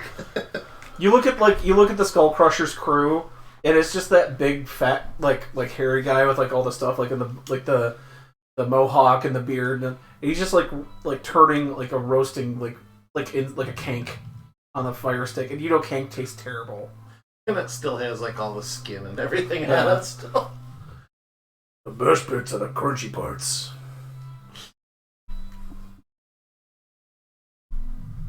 What's he got? Alton making a salad in the galley out of whatever greens he could rustle up. An actual kitchen. Yeah, I'll be riding over here for Okay. the time being. On the boot. Yeah, with I'll keep a snafu, does. but I'm gonna take airborne animal form and Okay. kind of keep sentry over it as we lazily make our way. Okay. So, without fanfare and without much ado from the Sorcerer King, you guys begin your journey. So, we're going to move I wanted to ask if Pask wanted to come too, since he's a pirate. Oh, yeah. Sailor dude. Pask. after we leave town, we're standing on the back of the boats going. Because he did come back with us. He did. So, just seeing if he wants to go on some adventure on the ship again. Do you have a boat? Yeah, a longboat. Will there be Longboat. fishing? There could be. You'd be the fisherman. Foreman. I'll get me tackle box. And he runs it. He grabs his gear. And he shows up the first day. He's got like sand waders. Mhm. Like you know, for like water, but they're like made out of like rough leather. He's got some like rough boots, and like it looks like it was supposed to be like a fishing rod, but it's like a harpoon that he has like on a line. He's able to throw out and pull back. But he's got one of those hats with the different lures hanging out. Yeah, right? but they're not lures. They're like spearheads. So he's got like ones with hooks. He's got ones with like more jaggedy parts, like stuffed in his hat. Oh, do you want to bring ballista? Duh. Duh. Hey. I figured yes, but for the table talk, I figured we'd establish you were bringing it. Where I go, the ballista goes. You've got your luggage, the ballista. You're like, that can't keep up. yeah. The TSA's just looking at me. I'm like, it's coming with. I don't care if I gotta check it or not. All right. Are you mounting the ballista on the Siegebreaker, or are you going to mount it on whatever the ship Mike is? Doesn't the Siegebreaker already have weaponry on The it? Siegebreaker has a catapult. And what does the longbow have for weaponry? You have the barrels. You have. Oh yeah, I'll put it on the Siegebreaker then. Okay, I mean, Because if it's already got a lot of weaponry versus a catapult, it's got like I'll say one weapon of your choice. You'll be able to pick between one of the three that he has: the catapult, the ballista, or the fire breather. Is our ballista bigger? it's not about the Size size. of the ballista. It It's not about the fires. size of the It longbow. fires 2 bolts. Don't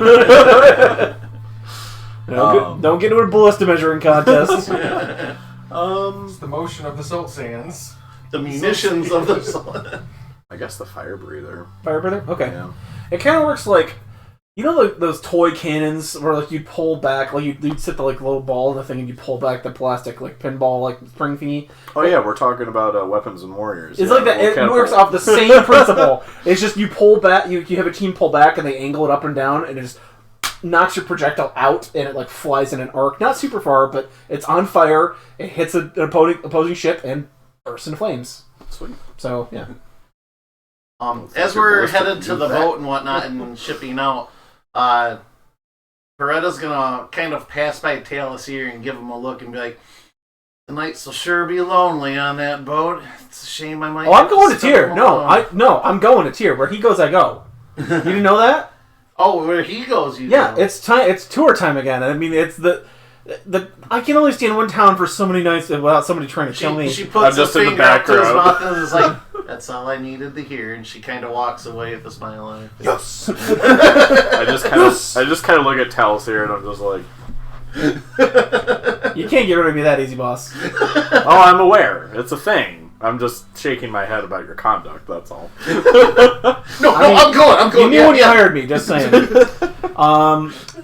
As we begin our journey, we're gonna pick. You're gonna go 4 squares here, and we're gonna roll on the encounter table. This will be day number 1. And I'm gonna start tracking the calendar of your events thusly.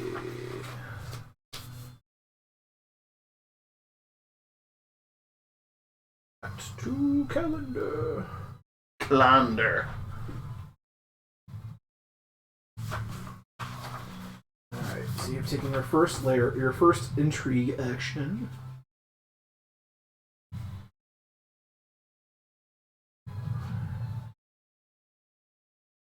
Okay. Day 1. How was D&D last night? Intriguing. Intriguing. Yeah. As you guys leave port, there's a little bit of a fanfare. Like your friends and well-wishers kind of like wave goodbye. They give you, I'll say, you guys have, like, let's everybody compile your food and water reserves right now. So check your sheets. Let's try to get like an idea of how much food and water you guys have at your disposal right now. So you don't have to worry about the Skull Crushers or the Dune Vipers. They have provided their own supplies. If it helps, just in general, you don't need to make a specific mechanic or anything. But Outlander allows me to find food and water if it's available. Track it down. We also had 20 pounds of food from that pirate den, and you turn it into double when you craft it. We did take that from the Dust Devils. Oh. So I have that written. I was gonna say I don't think I wrote that down. There. Yeah. No, I wrote like the party Didn't shit she here go just with- because it was going to be like for the Camus notes and one was stuff. there. Oh, Camus would And need whoever to needed That's any. not the road with him. It's up to you. Do you want her to stay here or do you want to go with you?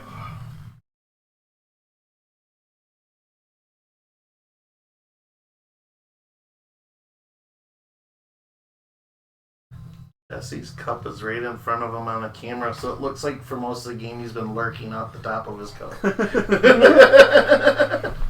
I'll have her come with me. Okay. He's just Monty Mole out of the. Yeah, that's cup. exactly what he looks like. And it's like literally cutting off right here, so it looks like he's like sus of everything. Oh, Wilson. Dracula. So Yeah, you have Wilson. 40 pounds of food right off the bat. Correct? If you do your preparing, like your Yeah. own preparation. I mean, it's 20 pounds of food, but you get 2 days worth out of it Yeah. instead of 1. So, however you want to put that. Okay. How about water? Everybody's gonna need 1 gallon per day. I have written down 10 supplies for 10 days. Okay. So I'm gonna just write also at the bottom date supplies or survival days. That's just kind of what I've been tracking it as how many days of stuff I have. Mhm. Okay. Same. Where's Voron? He's on that mission for Peridot, Okay. tracking down more spider cell. Spiders. I have Thank God for this book, man. I have so many irons in the fire right now. Good Lord. Clearly. 2 weeks of food and water. 2 weeks. for me. Okay.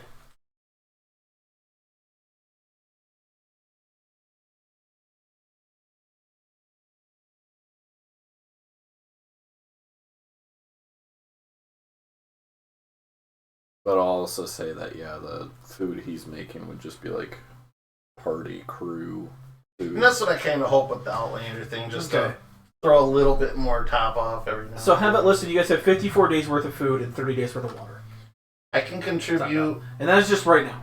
Yeah, I was gonna say I have, from what I have written down, I have 20 pounds of meat written down. That's 20 pounds unprepared. Yep. 4 pounds prepared. I'm gonna spoil. I actually have 17 gallons of water written So down. add 17 to the water supply. 8 days worth of mushrooms. 5 days of rations. And then I have 11 pounds of food to contribute, 13 gallons of water, and I don't consume anything. I mean, Okay. I'll fake it for appearance. So even 2 months, honestly, if I just go conservatively. So okay, good. I just want to have a track for like when I'm tracking days with you guys. So For what it's worth, if he's got a galley sufficient enough, I guess while we're traveling, I can just be preparing more food. yeah. You know, you got the Fisher guy on the boat now. Yeah, if he wants to bring me extra food and stuff, I can. Yeah, he'll try his hand this first day. Jerk it or something. Smoke it. Oh, You can make Sorry. you can make whitefish for D&D. I call this the manly special. Oh no! Can we push this forward just a second? There's a die that rolled under there. Oh, under your foot. Kill trouts. There you go. You haven't had smoked whitefish from me. Yep. That's what I'm saying. Oh no! Okay. Like that would be terrible. So, who's posting watch this first day? I'll post for the boat. Like I said, Okay. I'm gonna sentry over as a flying creature. How about for the siege breaker? I have people for that. Okay, you're just gonna let the crew do it. All right. I hired them to do the work. It's called shit rolls downhill. Oh, you go ahead and roll your perception test. Okay.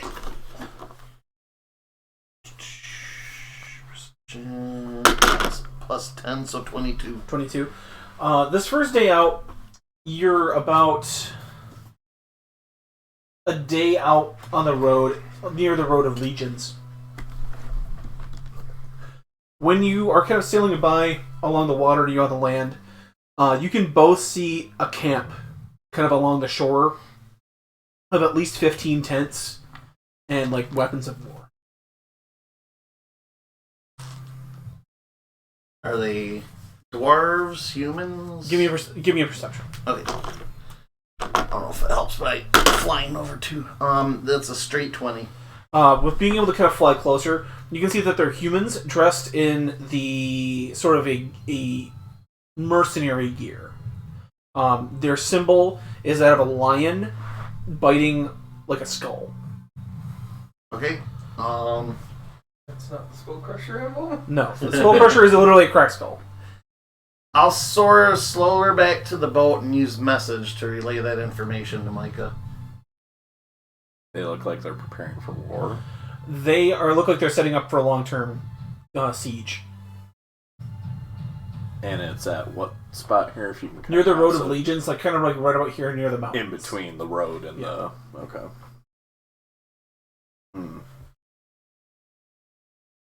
Anybody know anything about that mercenary group? He told you the symbol. If you want to give me a history check, you can see if you remember anything. Wait. You want me to roll something per day, see how much food I can prep? Yeah, that'll be a survival test. 25. That particular symbol, you know, is a symbol that belongs to the Predators. They're a pretty ruthless mercenary group. All words that I like in the same sentence. Mostly hired to like raid caravans. But you can see that they do have some, like, they have a ballista with them, which is nothing they usually carry. And they have, like, appears to be like 50 to 60 troops.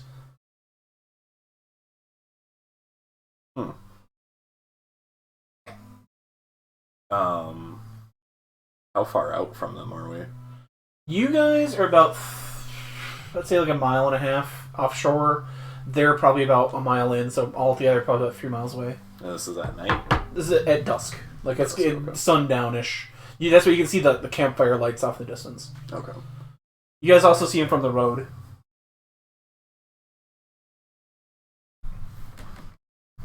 John, as a fellow mercenary, would I know what their like hostility towards us would be? Their secret Yeah, handshake. give me an insight test with advantage. Insight with advantage. 18 on survival. 16. 4, 3. So you'll be able to do 6 pounds worth of food because it'd be 3.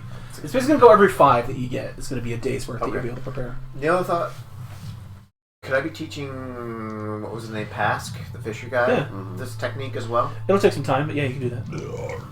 You got your masterwork 16. tools. You know that they are mostly a chaotic good. They think whatever their cause is righteous usually. So they're not just like gonna Well, that you- raid us like really highwaymen if fancy we pass by. kitchen set. Not really. I'll like forward this information to the group and be like, as long as we go our way, they should go their way. You get What a if they were hired against Balak? Why would they be setting up for siege? Made out of To, obsidian. like, They're not going to Balak Is that itself, made out or of one of its outposts. Yeah, Jesse? exactly. You wouldn't set up siege to like intercept somebody on the road. They're not setting up Convoy. siege. They're bringing siege weaponry with them. I'll say that. Yeah. Regardless, they're not going to use siege weapons to ambush people on the road. Well, right, but my point is, if they weren't anticipating us, that doesn't mean they wouldn't react hostilely. We're not flying the banner of Balak, are we? I'm certainly not. If anything, we're flying the banner of the Skull Crushers. Well, we are. What about them? Vote. Do you guys flying any heraldry at all? Puzzle much. I'll say you could do like your Malagos's Marauders flag. You could do the Balak flag, or you could just not fly nothing. We'll just do our own. Okay. That's fine. Okay. The new boys on the block. I want to say it's like a dragon head, but with like a psionic eye. Okay. That'd be cool. That's cool. As you guys kind of stop for the night, you notice that the fires kind of like continue off. Camp remains pretty neutral. Nobody's gonna go bother them. Nobody comes to bother you guys. He's kind of make camp for this first night. Except Jeremy shows up to their camp fucking blitzed. He's like, hey! Hey! Have I told you guys I'm a Templar? Literally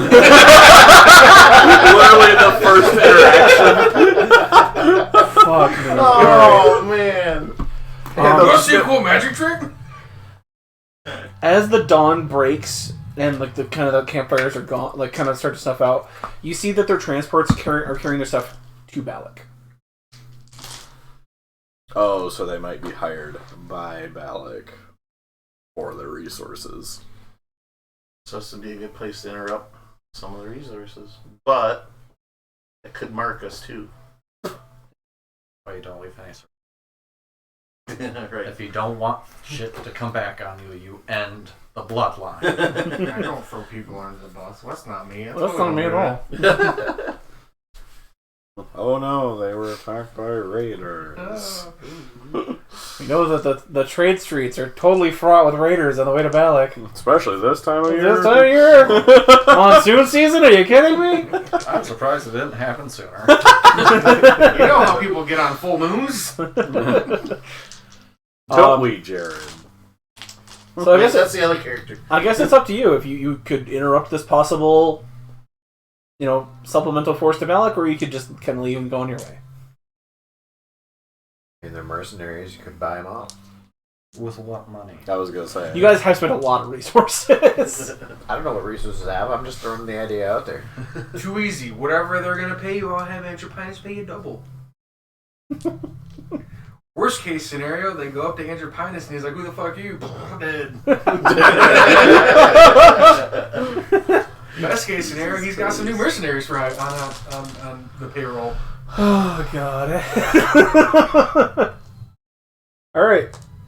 Is this part of what the Skull Crushers are like? Hey, I mean, they're not saying no. they're like, Because their contract was like, we get first cut of loot. So if we're fighting these dudes, hey, the fucking Siegebreaker gets a new ballista. So I'm just saying I'm down for Ballista, you say? I was gonna say, one of these I'm- boats doesn't have one. in comparison to our own forces, what do we think our odds would be if we were to kind of ambush them? I feel like we gain. There's no drawback to this.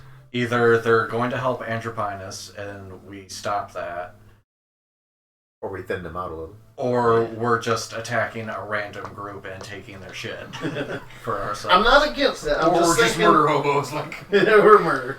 Clearly, they're not on our side Right, at right. this moment. I'm Any definitely suggestions? not against the idea. The only concern Peretta has is what if we blow our identity this early on? Well, we do have, 200 troops on this boat? No, what are your ones? I Oh, think no, he those has are the 200. Yeah, you have the 200 from there, yeah. Are their allegiances still with Andropinus? The Legionnaires say... Let me talk to Linnaeus. Linnaeus is here. Well, she says, Does she know anything about Andropinus hiring outside mercenary groups? if I'm to on a need to support know his basis, effort? I was just told that we're going to help you guys take out some elementalists. What if they're just like a fucking. I'll ask her what her opinion is. I'd She's say on my war council. I'd say leave them. If they pose a threat to Balak, I'll attack. But I mean, I don't think they do. So it's your decision. I'm hesitant to use the Sand Viper's resources against non-elementalists. Jesse. Or plan B, I walk up there alone. Here we Fucking go. murdered. I tell him I'm a Templar. No. Tell him I'm a temp. And I'm just a traveler. Oh my God.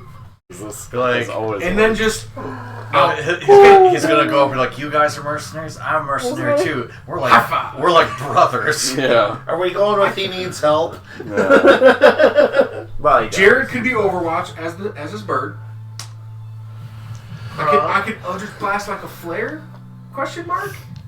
As like Your Eldritch Blast is a glowing purple. Or no, it's the fuck are theirs? It'd be more of a cerulean blue, like kind of like his, but like more of a darker blue. what time is it? Is it day? Done. Dawn. And what is your plan? You're gonna get up there and do Just what? talk to them.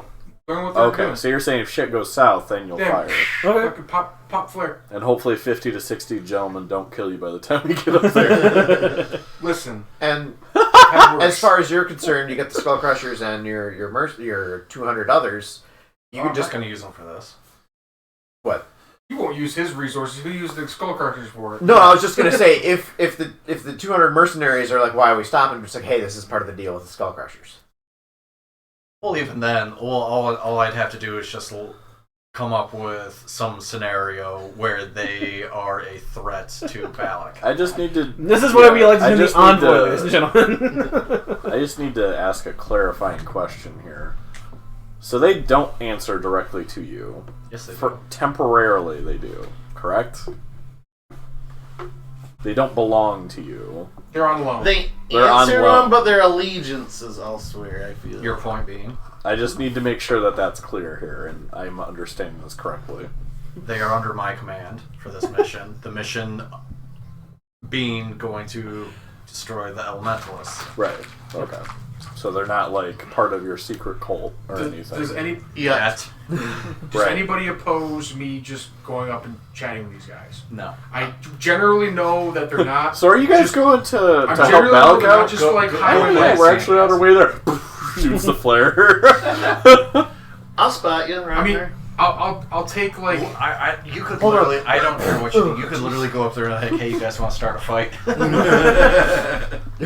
I'll Always- figure we'll out a always way to start make fight. it work. Jesse, for do you you. want to murder these guys? You boys want to fight? I'm down for a scrap. I'm not going to force it though. You won't stab me. What if I Quote get from man drunk? who was stabbed. I don't think that'll be hard. What's the negative effects of being drunk in combat, John? Poison- Disadvantage on poison. attacks? Yeah, you're disadvantage. All right, I'm gonna fucking start drinking with these guys. Okay. You can't start drinking all. You can't drink all day if you don't start in the morning, right? Okay. You take a barrel of Broy I'll take from yep. the mercenaries. I'll take a Can't barrel, argue that. slash it to my kank, and then just kind of, you know, How far away are they? it's like about a mile and a half out. You can How see many it- rounds is that for us to get there if he needs assistance? a little An bit. average person can run a mile in about 7 minutes. And the That'd boat. be 70 rounds of combat. The boat would be a minute, I'd say with the boat you could roll up on him. but Jesse's got mounted cavalry. Yeah. I mean, it's And with halfling legs? Hop on Jared's back. I mean, as long as he doesn't start shit, he should be okay. Because like, I said, like he knows they're kind of good. They think they're in a righteous cause. As long as he doesn't. I'm not gonna start shit. Start shit, you should I'm be just gonna start drinking with them and celebrate. That's the shit he's starting. That's what shit. So you ride up to on your kank, relatively. You know, you kind of like hide your markings. I'm assuming you're kind of like disguising yourself as a I'm normal. riding clean. You just Slick, no banners, No no banners. emblems. No ruins, even? No, I got my runes are on my armor and weapon. Oh, I thought they were like tattoos. No, they're not tattoos. Mike, when you telepathically communicate with somebody, is that a line of vision thing or instant? Okay. Same plane of I'm existence. gonna tell. So you could just basically, hey, all right.